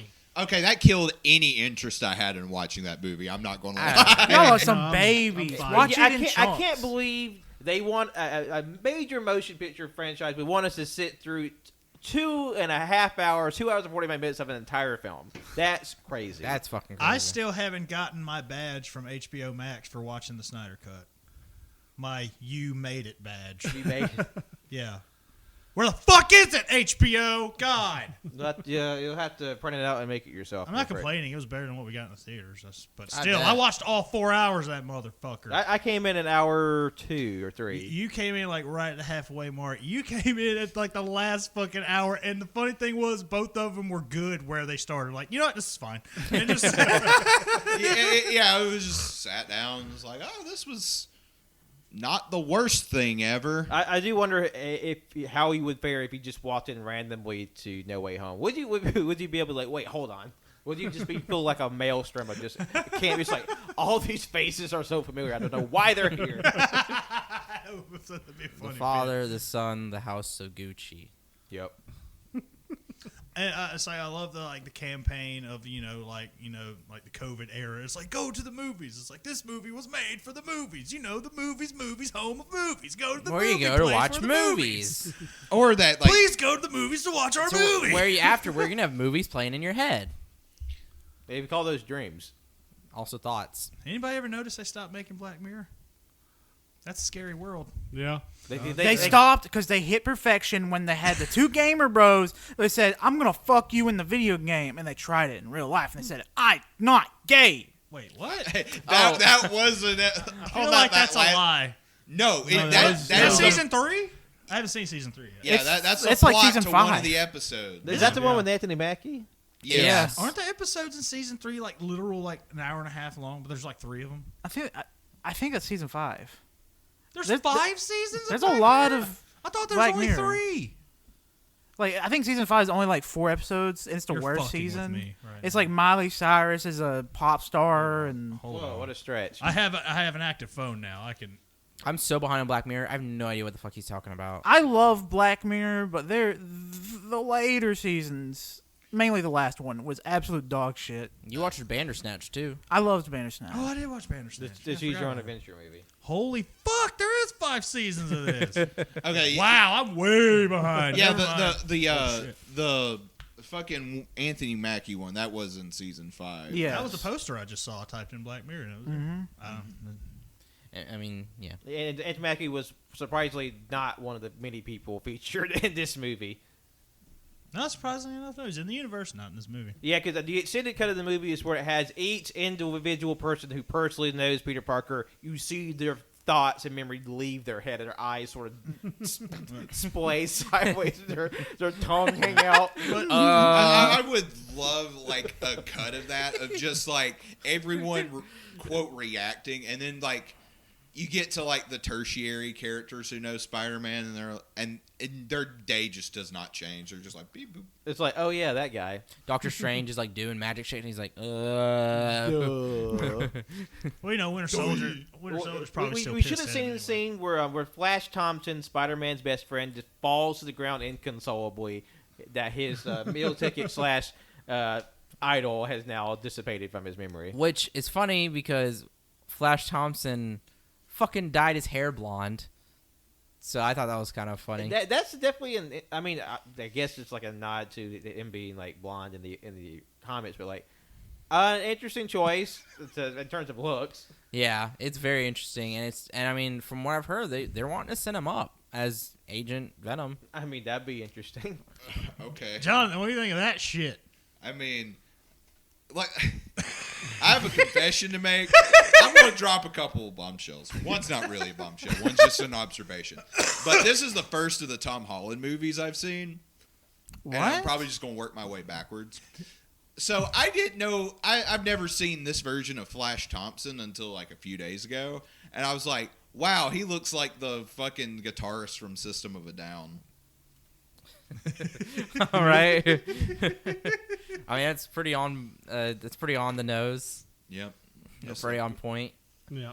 I mean, I guess it's technically the most developed we got of Flash Thompson because he was like Joe Manganiello in the very first Tobey Maguire. Uh-huh. I mean, that's Yeah. literally he's just a bully. He throws a punch and that's all he gets. So I wouldn't want to fight me neither. Whoosh, whoosh. Well, and he's in one of the Raimi sequels, I think. Is he? Maybe not that actor, but Flash Thompson, the character. Yeah, he just cuts back to Joe Manganiello, just like, wow, you're like 3 times your size. Yeah. You're fucking the brick shit house. Because in the Sam Raimi version, they set Flash Thompson up as the astronaut, right? No, Or that am I- was Jameson's kid. that's John who I was Jameson, getting yeah. confused with because he turns into the wolf person. He was in like Flash Thompson was a cameo in Spider-Man 3. It was Joe Manganiello, but no, the astronaut that was John Jameson. Yeah, that's right. I'm getting my characters confused. all the ancillary Spider cast members. And the guy who plays Flash Thompson in The Amazing Spider-Man, he kind of looked like he'd be Flash Thompson. Yeah. I mean, he's definitely, he's still in a different version because people's like, why isn't he like this giant strapping like bully? Well, he's still a jerk. I mean, that's Yeah. kind of like the point of character. Just because like he's a nerdy jerk instead doesn't mean like it's like a complete wash of this character. And that's like another hot take, I guess, from Spidey Twitter. A lot of people really enjoyed this version of Flash. I mean, I guess it's technically the only real version of this character we've gotten on screen. I mean, I thought he was fine. Like for I hope he what gets that his- character was. I hope he gets his legs cut off. Yeah. At MIT. Yeah, somehow this like mathlete kid goes to fucking Iraq and gets his legs blown off, and then he gets the little droplet of venom, and he becomes Agent Venom. Is that I mean, canon? Yeah, that that's how what that happens. works? To Flash, Yeah, he loses his Oh. legs. That's one of the big reasons why And then he he attaches so much to Venom is because Venom gives him back his legs. Oh, I thought you were just being extra fucked up, saying you hope he loses his legs. no, No, he no, was that's what disabled. happens. He's a disabled vet. Yeah. Okay. I was about to say that had to have been. He's a also thing. back to life now. He died for a bit. I mean, that happens if But you're. you know, thinking of it, there is a way you get MCU Flash Thompson to become Agent Venom. I mean, it's already established how much he loves and adores Spider-Man, which is also canon. Like, Flash Thompson loves Spider-Man in the books. Yeah. You have him love Spider-Man so much that he signs up for some secret government program to give him superpowers because they target him because he's so easily swayed by his love of Spider-Man. So he trains for like 6 months and they give him a suit. It's like Agent yeah, Venom. just inject me with the spider fucking venom. And I mean, also too, if he's going to MIT, what if for some reason He gets a military like he signed up for the wrong MIT. It's not for like the big computer place. It's like the military internet training. He's like, oh fuck, the wrong one. Well, also too, I'm just thinking like, what if Venom, wherever the fuck that little splooge is, it's just walking around and it's like, oh yeah, let me just go to MIT where there's a ton of technology so I can, I don't know, build a ship or some Yeah, shit. you totally do that thing in Venom 2 where he hacks into the internet. I mean, Carnage is here too. That means Carnage is here too. What if Carnage tries to break off? That from would be him? They fucking kiss. sick as hell if we see Tom Holland fight Carnage, but not a fucking Carrot Top. All right. Question for the room: will the symbiote, when it attaches to whomever, will it be voiced by Tom Hardy in Venom form? Well, I hope I so. hope so. Me too. That'd be kind of that's what- sick. Like, that kind of has to stay, right? Not necessarily. I know it doesn't have to, but it'd be nice. It wow, would be fine. nice, but I don't know if they're gonna do that. Honestly, Bullshit. I just want Tom Hardy in the MCU. Just Yes. as Eddie Brock. Sony, Yeah. play ball. Don't take yours and go home. All I'm saying. But they can keep Morbius. Oh yeah. Well, I Who don't the know fuck about asked that. for Morbius? Morbius is so fucking weird because not only do you see graffiti of Sam Raimi's Spider-Man, but you also see Michael Keaton, and it's like, what the fuck is Morbius doing? I just And he think makes that a Venom Morbius. reference in the new trailer. He makes a Venom reference. I just Yeah. think Morbius is in a fucked up weird reality where it's in both universes at the same time. Like, I wouldn't have a problem with Morbius as a movie if it was anybody else playing him. You know, they're also doing a Kraven the Hunter movie. Oh, wait. Yeah, we were talking about that. Aaron Taylor Johnson has signed to play Kraven. Aaron What? Taylor Johnson? Kick-ass Quicksilver Kraven. That's weird. It's kind of weird, but I mean, I don't know. I talked about it. Like my fantasy cast for Craven Hunter would be Jeffrey Dean Morgan. Yeah. I would have said, that would be I was sick. thinking Javier Bardem. Javier Bardem would be a good one too. Yeah, that'd be interesting. Because which is cool. Sorry, we should talk about this too. Whenever the universe was starting to split open, you could see some Spider-Man villain. You could see clearly Kraven the Hunter, Rhino. Scorpion. I saw Black Cat. Oh, you did? Yeah. Okay, Black Cat. Was there anybody else? Those are the only ones that I saw. I mean, in it's the a little very clips. brief movie. You see some figures walking through like the Literally, the only thing I can make out was the lion, and that's what made me think of what, Craven? Yeah, Kraven. And then I couldn't make out anything Because else. there was a guy with a spear. So there's just- He had see spear and the The vest, vest. The vest. and then with Rhino, you could see his horn. With Yeah. Scorpion, you could see the tail, and then I didn't see Black Cat, but that's cool though. Yeah. Um, No, like I'm sure the reason they want Aaron Taylor Johnson because he's younger. Yeah, Because Jeffrey Dean Morgan and Javier Bardem they're great, but like they're not gonna be around for 15, 20 years doing that, being able to do it at that level of physicality. because they're both, if not already 50, the latter and the 40, and like it's crazy to think because like I think Aaron Taylor Johnson is like I don't know if he's quite 30 yet. I mean he's big as hell now. Yeah, no, he like the picture they used when they announced that he was Kraven. Looking at it, like, yeah, no, I can see that. Yep, that works. But honestly, like for me anyway, it's like who asked for just a solo Kraven the Hunter movie? Nobody. Sony has the rights to these things. Like they have the rights to these characters. They lean out or they lean, Canon did. like they. My lean hand out. is raised right now, ladies and gentlemen. Like, Everybody it out could there be listening. cool, but I Yeah, really I want mean, that shit. I'm I not really like do. totally against the idea. they were also trying really fucking hard to get a Black Cat Silver Sable duo movie. Yep. But that one fell through 2 separate times. Mm-hmm. It definitely feels more on like a cynical end. Like we're gonna use these characters so Marvel can't. Also, Aaron Taylor Johnson is 31. Okay, so he's Wow. the same age as me. Because the thing is like, spoiler alert for the end credit scene, the symbiote is in this MCU now. Yes. Yeah. Like We already said that. Yeah, I know. It's for the people just joining us. It's for for some reason The ones who you skip just ahead jump, to an hour and a half. you into the skip into an hour and a half into the show. They're just like, surely this gets more coherent later on, right? Nope. Yeah, nope. But I mean, since the symbiote's in the suit, why don't they just use Kraven the Hunter as the villain for the next Spider-Man movie? What I heard, actually, there was an interview with Tom Holland, I think it was, but that the plan was if they couldn't get Andrew Garfield and Tobey back, Spider-Man 4 this one was going to be Kraven the Hunter Yep. centric.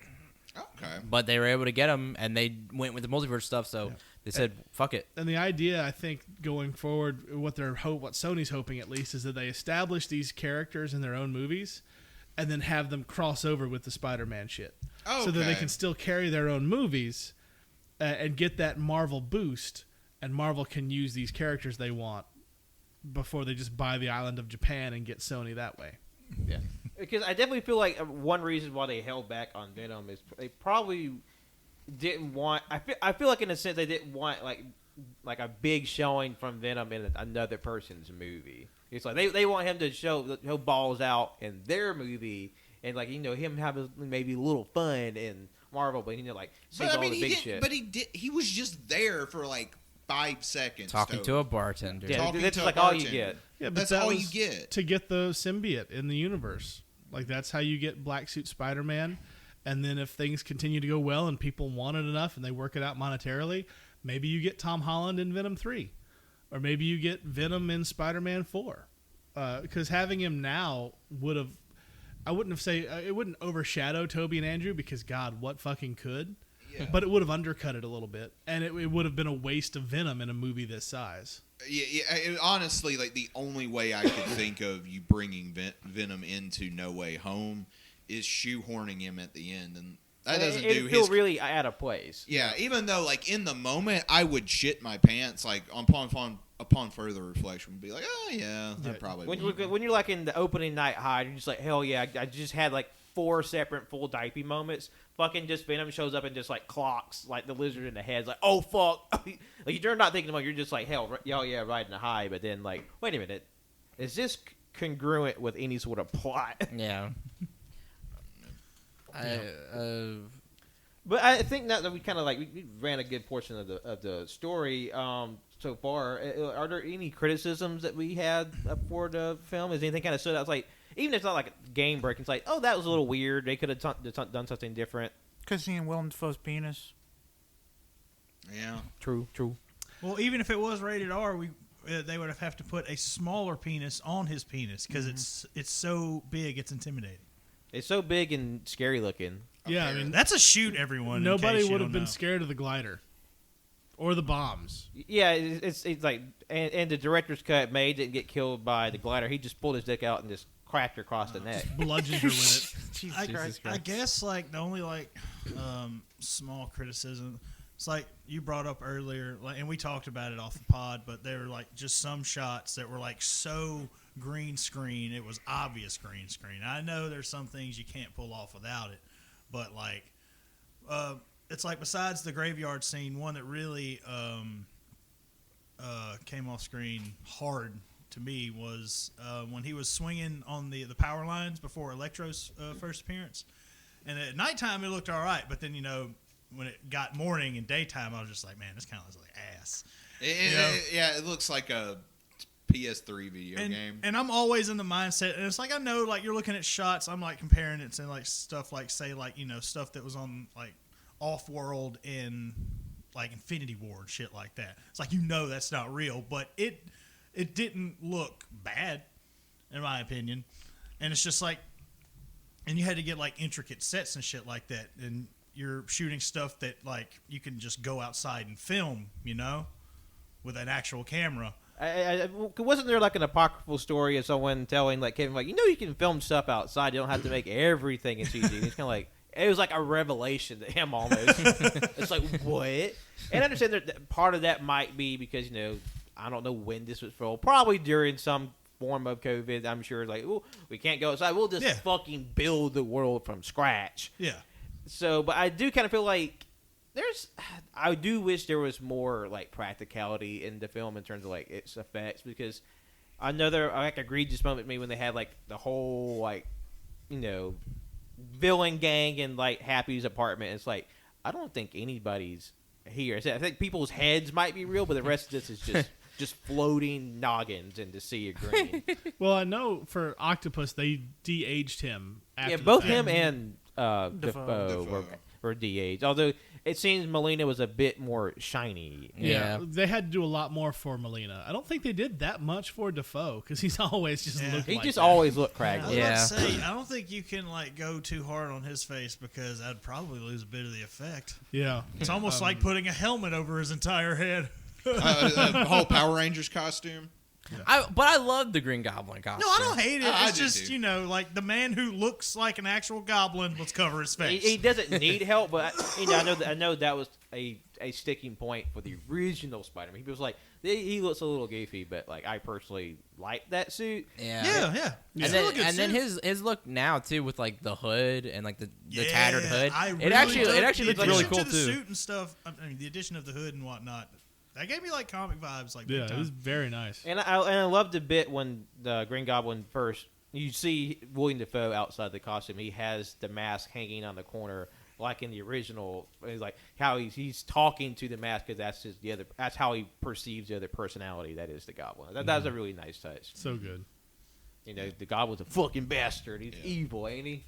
And then one thing I thought was funny. I mean, I know it's it's a Marvel movie, so you can hand wave it, whatever.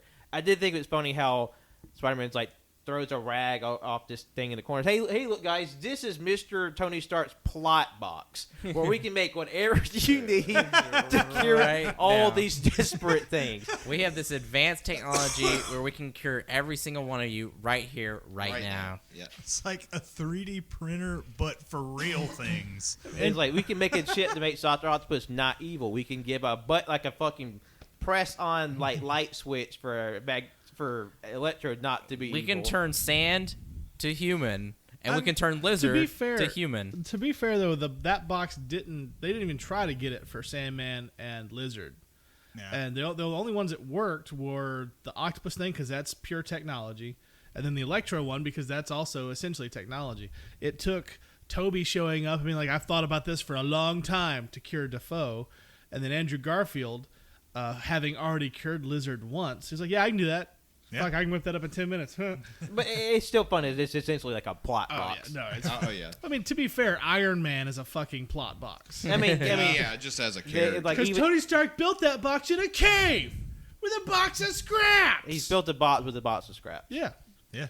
Yeah. And then the Electro Thank gets you, like Jeff a free Bridges. arc reactor to supercharge his Electro juices. That was pretty great, actually. Yeah. It was really yeah, cool. That was cool. It was funny because whenever they revealed Electro in the trailers, everybody was like zooming in on Electro, and they're like, "That's an arc reactor! That's an arc reactor!" I was like, "Oh shit, that's an arc reactor!" Until they kind of revealed they were just plucked out of the universe. I thought is this Sinister Six going through the multiverse killing heroes? Because did he kill Iron Man in one dimension and take his reactor? Then it's no, he just got. Whoop. He just stole it. I also love how when he got the reactor and used his electricity in the end battle, he had the sparks coming out that looked like his reactor. Yeah, that was a really nice Badass. touch. That was cool. And then the scene with him and Andrew Garfield after he got the electricity taken out was just a really nice scene. Yeah. Yeah. Yeah, Oh That yeah. was really nice. Yeah. It's because he wanted to save Jamie Foxx's character, and then they had this. Plus a nice little a wink at it's I thought you were gonna be black from your background. It's maybe somewhere there's a black Spider-Man out there. And Andrew Garfield's looks dead down the Yeah. barrel of the camera. Andrew's like, "I'm sorry."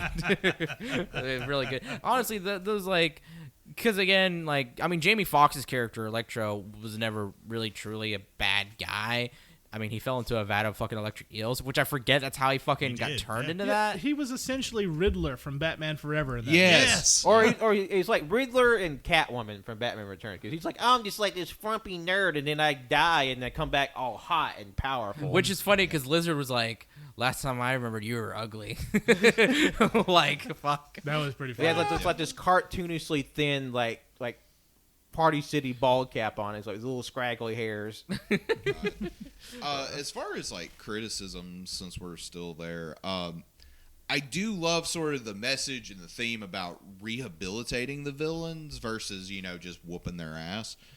I do think how that gets introduced into the story is a little clunky because not saying that it comes out of nowhere, but it seems like a good the first chunk of the movie is about their college admissions and stuff like that, and then Peter brings in Defoe into the homeless shelter, talk with Aunt May, and then this is very far into the movie, and then this plot point or this sort of thematic point gets brought up, and sort of the dialogue in those scenes to me felt a little clunky, and I don't know how else to say it other than that.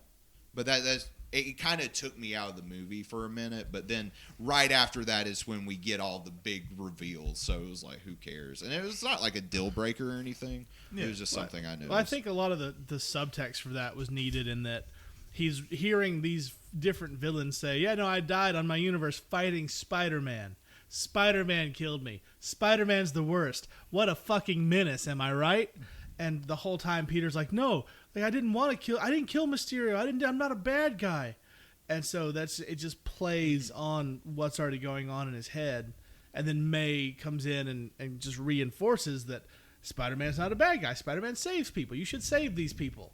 Yeah. So there's a lot of the subtext there, but it is jarring going from bit to bit. I understand. Yeah, it's But it's the bridge between those plot may not have been the sturdiest. Yeah, and like I said, ultimately I enjoy having that in the movie, and I think more movies need to have that message, but like, I don't know, because like the first part of the movie, like probably like first like third of the movie is so focused on Tom Holland Spider-Man and sort of his problems. It almost seems like this, like that theme comes out of another movie into this one randomly, and like you said, there is the subtlety of him listening to the villains talk about, you know, how Spider-Man either did or inadvertently killed them. I just kind of wish there was a little more. We saw that a little more with Tom Holland, him struggling with that beforehand, up until that point. But Yeah. and it's like a very minor nitpick at the end of the day. I did like how Tom Holland, Peter Parker, was like, it's not my responsibility. Like, I was like, I feel that because it fucking sucks. But with great power comes great responsibility. That was the thing they have to hammer. And like, I feel in a way, considering how much shit was thrown in his lap in Far From Home, I kind of feel like, look, you can't just jury rig me into being the next leader to the superhero world. Like, that's not fair on me, and that's not right of you. So like him taking on like problems that he shouldn't is like that's a thing that should be addressed. People should just like take on, or should be given problems that aren't really theirs to solve. But like, you know, in a way, it circles back to the plot of like saving the villains and sending them home. On the villains, like one of my criticisms, I kind of felt like this is like a general thing with Marvel, and you always hear about it. I do kind of feel like the bad guys like a little too jokey. Like I kind of feel like after a point, I feel like I didn't really have stakes in like what the bigger group was doing. Like Goblin's still there; he's still raising hell. But I kind of felt like I wish I got to feel a little bit more menace with the rest of the baddies before we kind of got onto their rehab train. And plus, you know, I'm not the first person to say it, nor anybody else. Like, you know, there were a lot of criticisms that, like, outside of the Spider-Man, there's like it kind of felt like, okay, can we be serious for a minute? It's like there's too many jokes. Yeah. But you know, that's a common criticism of Marvel in general. So like, that's not a new issue that people have. Which this movie still had me laughing a good bit. It's still funny. It's still like, again with the three Spider-Man chemistry, like when they're talking and Ned asked Tobey Maguire, Spider-Man, do you have a best friend? He's like, I did, but he died in my arms after he tried to kill me. It was very very devastating. And then Ned is just really like nervous around Peter, like, here you go, and then just walks away. And Tom Holland's like, what the fuck? That's especially great because Ned Leeds was one of the hobgoblins in the comics. Yeah, I was about to say, it sounds like, and then he died. That would have. He's back now though. Oof. Yeah. Like I feel like the awkward transition from like him hearing Maguire Peter telling him that, and then like slowly walking over to Tom made that whole transition even better. It was very good. And it's so funny too because it was like, I don't know if Andrew Garfield said it. He's like, me too. Like, I don't know, but like it was literally the same thing. His best friend fucking tries to kill him and ends up killing his girlfriend. And also something else too that was funny was also just kind of not funny, but Doctor Strange bits were pretty. I mean, just Doctor Strange in general was pretty great, but like I enjoyed it quite a bit. Whenever I mean, it was very serious, but he was like, when Peter would call him Steven, but he was so pissed, he's like, call me sir. Yeah, that was good. That was very good. And then when he was like, wait a minute, he's like, you didn't even call first before you had me brainwash the entire world. I did like the bit where he says, you know, for all of our adventures, it's hard to. I keep forgetting you're just a kid. Yeah, I thought that was a good bit. Yeah, it's like, oh yeah, because like of all the trauma that all the Spider-Man's in, like him like having multiversal like intergalactic like warfare on top of dying. It's like, you know what? I think there should like bring in Doc Samson and just like fucking shrink this kid's head. Well, I mean, and even before all the intergalactic Thanos shit, like the first thing he gets involved in is this like governmental civil war with superheroes, and he just kind of gets thrown into the middle. And it's also like an international affair. It's like international politics, and he's just this kid from fucking Queens. Mm-hmm. All right, since we're still kind of on like nitpicky ground, I thought of one more thing. Okay. I don't know if this was because of reshoots or anything. I mostly noticed it in the scenes at the very beginning between Holland and Spidey and Strange in the Sanctum Sanctorum. But God damn it, can we get a better fucking wig on Cumberbatch if he has to wear one? I didn't realize he was wearing a wig. I mean, it looked bad. Like, no, just in that scene in particular, like it looked like he was wearing just a bad wig. Like, You have a bad wig. yes, I do. What? Yeah, thanks for telling everybody I have a bad wig. Ed Johnson goes to like snatch his scalped in front of a live city audience. I didn't really notice it. I thought it looked, I thought it just looked like his I hair. notice bad hair in movies all the time. Maybe he's just having a bad hair day. Maybe it's just his real hair is just that bad. Real hair moves, though. Well, the reason why it wasn't moving because the Sanctum Sanctorum was full with ice and snow. Yeah. it's frozen. It was frozen. It was an icy dew. Also, he loves hairspray. Yeah, I mean, those white that could be a streaks in his hair possibility, is yeah. not a widow's peak. It's actually just snow. Yep. He got frosted tips. In addition. Ah, okay. Just a Works nice with the gimmick of the little- house. Got it. Okay, so if something were, and I'm not wishing this to happen, but if something were to happen to Benedict Cumberbatch, you bring up the frosted tips. If we ever have to recast Doctor Strange, I say we get what's his face? God, the chef.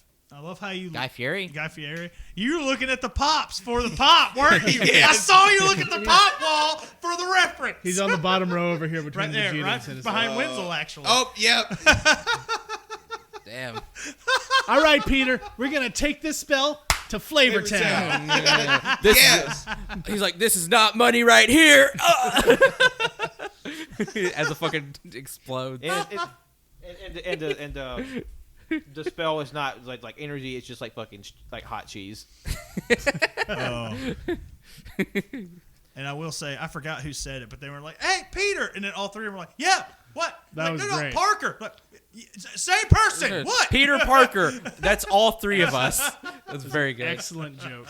Oh, and fucking Ned, when they're talking about curing them, he's like, yeah, let's cure that ass. Because it's like, I think it's Tom Holland's like, let's kick some ass. And then Toby's like, no, let's cure them. And then Ned's like, let's cure some ass. God, just cancel the rest of the movies, and I just want a Disney Plus series, My Three Spideys. Yep. That's Yep. all. Like they just get an apartment together. That'd be really fucking good, actually. Well, I think to wrap up the show, we can sort of talk about like what do we expect going forward? Because not only do you have like this new status quo for Spider-Man, like the second post-credit spot wasn't like a little hint to the world overall. It's just a straight up trailer for the next movie, which is Doctor Strange 2. Yeah. So to tidy us off, like what are we expecting going forward? What are our speculations? What are our theories? And we can sort of take it on out from there. All of the characters. Everything. All of the characters. I think it's fucking cool because, at the very end, it's like Peter, like, he's lost so much. He doesn't have anime anymore, but he's by himself. Also saw a GED book, which is kind of sad, too. Well, not sad because you have to get his GED, but kind of sad that, like, Yeah. college and stuff. So, like, he's alone by himself in an apartment. But, like, it's cool because we get, like, a very now back to square one Spider-Man, which is sick because he has that classic costume. It's not Stark. It's barely any Stark tech or anything, I assume, but it's just his craftiness and ingenuity. We're probably going to get more, like, I think me and Tanner and Colt were talking about this. Like, we're getting back to, like, legitimately the friendly neighborhood Spider-Man and more ground level, probably, like, villains and fights and stuff, which I'm excited to see. Man, yeah, it's just, it's a really good way to, like, not retcon, but, like, kind of to reboot, basically, this character in the MCU. Yeah. I think it's sick. And plus, I think it'd be fun to sort of go back to ground level affair because, after doing like time travel at the universe and Infinity and all this shit, like you can only go up so far, but you have to go back down. So I feel like you can't do multiverse shit. I guess you could. But still, like, there's only so high you can go. You'll have to go back down at some point. And I feel like this will be a good way to like do that. Yeah. And then it makes also too just some stuff like because Spider-Man's always been very impactful and like that's I like the scenes that were like very like that had me tearing up. Obviously, like great power comes great responsibility. Ned, I mean them crying because they all forget. Just like just all of that, and like that's what makes the character so great. And then that's what I think will make this even better because he gave up so much to be here, and it's gonna be sick as hell. Oh yeah. Yep. Maybe, hopefully, some Spider-Man, Daredevil tag team action. I was about to say we also now because this opens the room for Daredevil, probably Punisher or A lot of the early reports now are saying Daredevil's going to be part of She-Hulk. Oh, yes, I've heard that. I've heard lawyer. Yeah. Also Echo, because he was a big part of that story. She debuted in Daredevil's book, That is true. She was originally a and then Daredevil probably in character. his own thing. And I mean, there's also a lot of other New York sort of street level heroes that will probably come into play as well. I mean, we have the series still, Moon Knight, She-Hulk. It's gonna be great, I think. Yeah. Yeah, the possibilities are endless. And then speaking of possibilities, that straight up just fucking trailer, which is so cool because it was just like that's the first trailer ever for Doctor Strange Multiverse of Madness. Yeah. And it was done for a movie premiere, which is honestly, they should do that more often. There are a bunch of rumors coming out for that one. Like, and, rumors, grain of salt, that sort of thing. Like one of the early quote-unquote script leaks that was on 4chan of all places. It's like, Wanda's the villain and she kills a version of Professor X. And everyone's like, what? That sound, what? So yeah, that shit's probably not gonna happen. But, they're talking about putting a lot more cameos in there. Yeah. I've heard rumors of Nick Cage Ghost Rider. Like, I remember this was like years ago at this point. I was hearing like that's when like Blade's probably going to get introduced. Yeah. Maybe, possibly. Well, he's already been introduced now. Huh? He had a voiceover in part of the Eternals for something or other. Winslow got really like, maybe you shouldn't have said that. Because like not everybody's seen Eternals in the room. Yeah, that's fine. Yeah, that's fine. Yeah. But I think one of the cool things about Spoilers! Don't cut that out. one Nope, of y'all are fucked. I heard it. You have to hear it too. one of the things about the multiverse trailer I thought because they canonized like the story in What If, how with the evil Doctor Strange. Now Yeah. that was nice. Yeah, like which Cassandra was like telling us like now we have to watch What If, and I'm like yeah. Yeah. I mean I have been meaning to, but now I got to because they revealed evil Doctor Strange, which is from What If, which is pretty fucking crazy. So even if he's not like the main antagonist, like he's still like a threat. And like I saw like it was a blinking you miss it that Shuma Garath is like in that trailer as well. The big eyeball with the tentacles, like Nasty and he's monster. a upscale like Doctor Strange. Very excited for that. And I get the horror vibes from this, which is cool. It's like You've got Sam Raimi doing it. Yeah. 'cause even though I know that was something they went back and forth on, like I hope that we get like a spooky movie. Like there'll definitely be like a change of tone and pace. Especially. Oh man, and sorry, I was gonna say it. Finally, we get back to the fucking storyline with the guy that Baron was Mondo, right? Mordo. Excuse me. Mordo. Yeah, we get back to his storyline because I remember. He's like, remember that character? Yeah, like because when did Doctor Strange come out? 2016. Jesus Christ. No, it's older. Yeah, it was a while. No, it's not older than 2016. It's either 2016 or 2017. Oh fuck! It totally is. To the computers. I think it's To the 2016. computers. I'll look it up.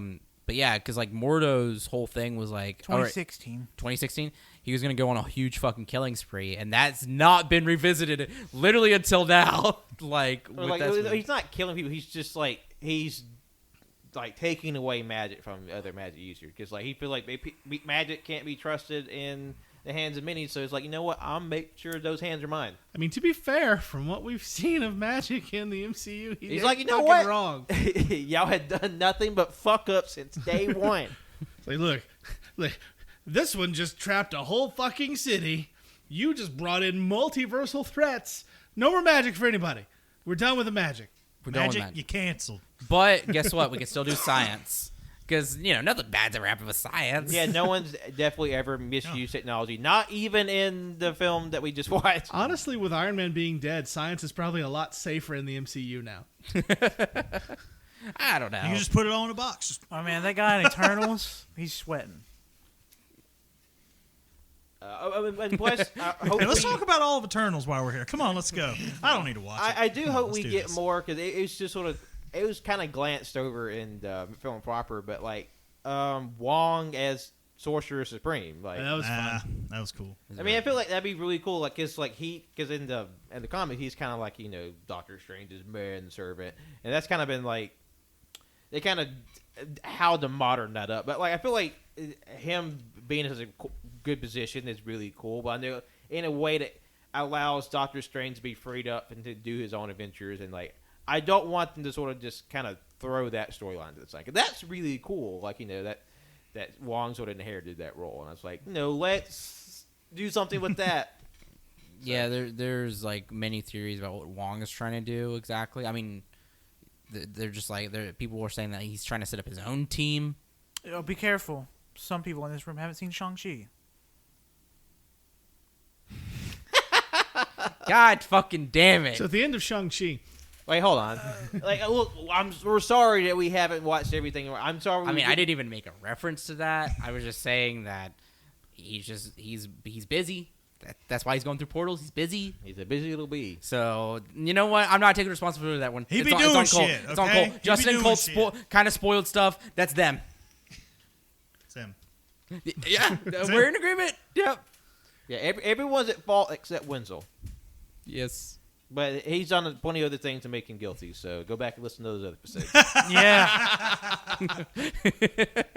Thank you all so much for listening today. It was great to sort of finally be able to get all of our Spider thoughts off and out and into a place of record. And we'll see. Let us know what you thought. I mean, did you have a full diaper? How many times did you shit yourself? We want to know. But we had a great time. We hope you did too. So please continue to listen to us wherever podcasts are found. That's on SoundCloud, Apple Podcasts, Google Play, Spotify, Anchor, all those places. Fine place. Just be sure to like, rate, and subscribe whenever you listen to us. Keeps us visible, puts us in front of new people, and we always appreciate you when you do it. You can follow us on our socials on Twitter and Instagram at AYShades Podcast. Letterboxd and Facebook and AllYouCanHear, Twitch at twitch.tv/AllYouCanHear, and YouTube as well as also at AllYouCanHear. If you're listening to this the week it comes out, there's a brand new episode of Cajun Greatness coming out on Thursday. Shimmy, talk us about what we can expect from that. yeah. Yeah, which when's this one coming? I don't know what your schedule's like, man. Like, which one is this? Yeah, because we definitely have done. We're watching The Family Man, remember? Right, we were watching Family Man. I didn't know when this episode was going to be because we had the episode that we just recorded that's definitely not from 2 days ago that was going to be into Well, the year. it'll all be coming out in perfect time, but just kind of for us, it's a little topsy-turvy. Right. This week on Cajun Greatness, we watched The Family Man, another classic Christmas-era Nicolas Cage movie. A little more melancholy, but still really good. And also where that meme song, I Want This Cake, came from. So that's one of those things that you younger listeners might not have seen, but it was quite popular on the internets in my high school days. It's those retro memes. Yes. So we'll be watching Family Man. And then next week on Cajun Greatness, we have the Cagey Awards. It's the award show where we talk about the things Cage and Travolta related that we loved the most. Yeah. How 50% of the show. You want to just crack some fucking eggshells on the mic, too? I mean, also, Wenzel's stealing Cannon's bit. Yeah, he is still, again, like, this is not the first time. They make Diet Pib? Yeah. They I make didn't Pib. know that. Yeah. I'm kidding. I knew they make Pib. Pib Zero. Yep. Yeah. Yeah. Well, I could go for a this Pib. This has been our Pib Zero sponsorship moment. Are you listening, Pib Zero? Yeah, I mean, I Pib like Zero I would like actually Pib, sponsor so, us. I mean, I wouldn't say no to a Pib sponsorship. Please. That means we have to drink. Our video version will just have a can of Pib Zero in front of each of our microphones. I drink so much Pib and I Oh, love it. God, The I Rock love just it. stole my beverage. He couldn't say the name because they weren't the sponsor. That was the bit. Yeah, that is true. Dancing around copyrights, just like we're dancing around ending this show. But lastly, you can follow me, Patrick, on Twitter, Instagram, and Letterboxd at John Lost His Name. My name Colt. Follow me on Twitter, ColtD00. Make it clap. Do it for this Vine. My name Jeff. Wait, Pat, did you plug the podcast? Yes. Okay. You might have listened if you weren't busy drinking soda. Yeah, I'm Justin, also known as Shimmy. If you want to hear where you can find me on the internet, go listen to Cajun Greatness. Yeah. I'm Wenzel. You can follow me on Twitter and Instagram. No, wait. Thank you for listening. Don't cut that. Nobody fucking cut that. I'm Wenzel. You can follow me on Twitter at WenzelWiki. You can follow my art Instagram at Wenzel. I have a link tree. You can go follow my letterbox and Goodreads on there. I review or rate books or movies or whatever. Thank you. Seems like that Pib's getting to you. Pib Zero. It has 0 calories, sugar-free, spicy cherry soda. And if you drink it, you'll have 0 memories. All the biz goes Dr. right Strange to your brain. soda. Oh, fuck. My name is the Jackal once again, and I want the Jackal in the next Spider-Man movie. Give us the start of the Clone Saga. Well, too bad. You're getting Tom Holland holding up a DVD copy of Bruce Willis's The Jackal. That's all you get. Oh, Jesus. Give me the Jack. Anyway, you can follow me on Twitter at JONIIBO24 and John Ozen12 on Letterboxd. And I have been That Cannon Guy. You can find me at That Cannon Guy on Twitter, Instagram, and Letterboxd. And remember, you either you either die with great responsibility or you live long enough to have great power. I don't know how that fucking works. Yeah, close enough. Yeah, You it's live fine. long enough, you take big shit, you make it stinky.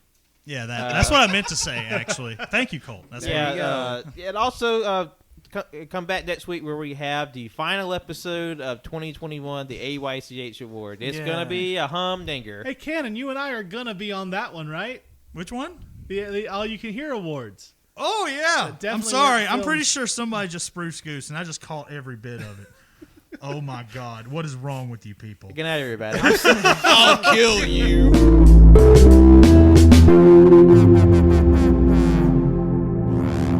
Nice.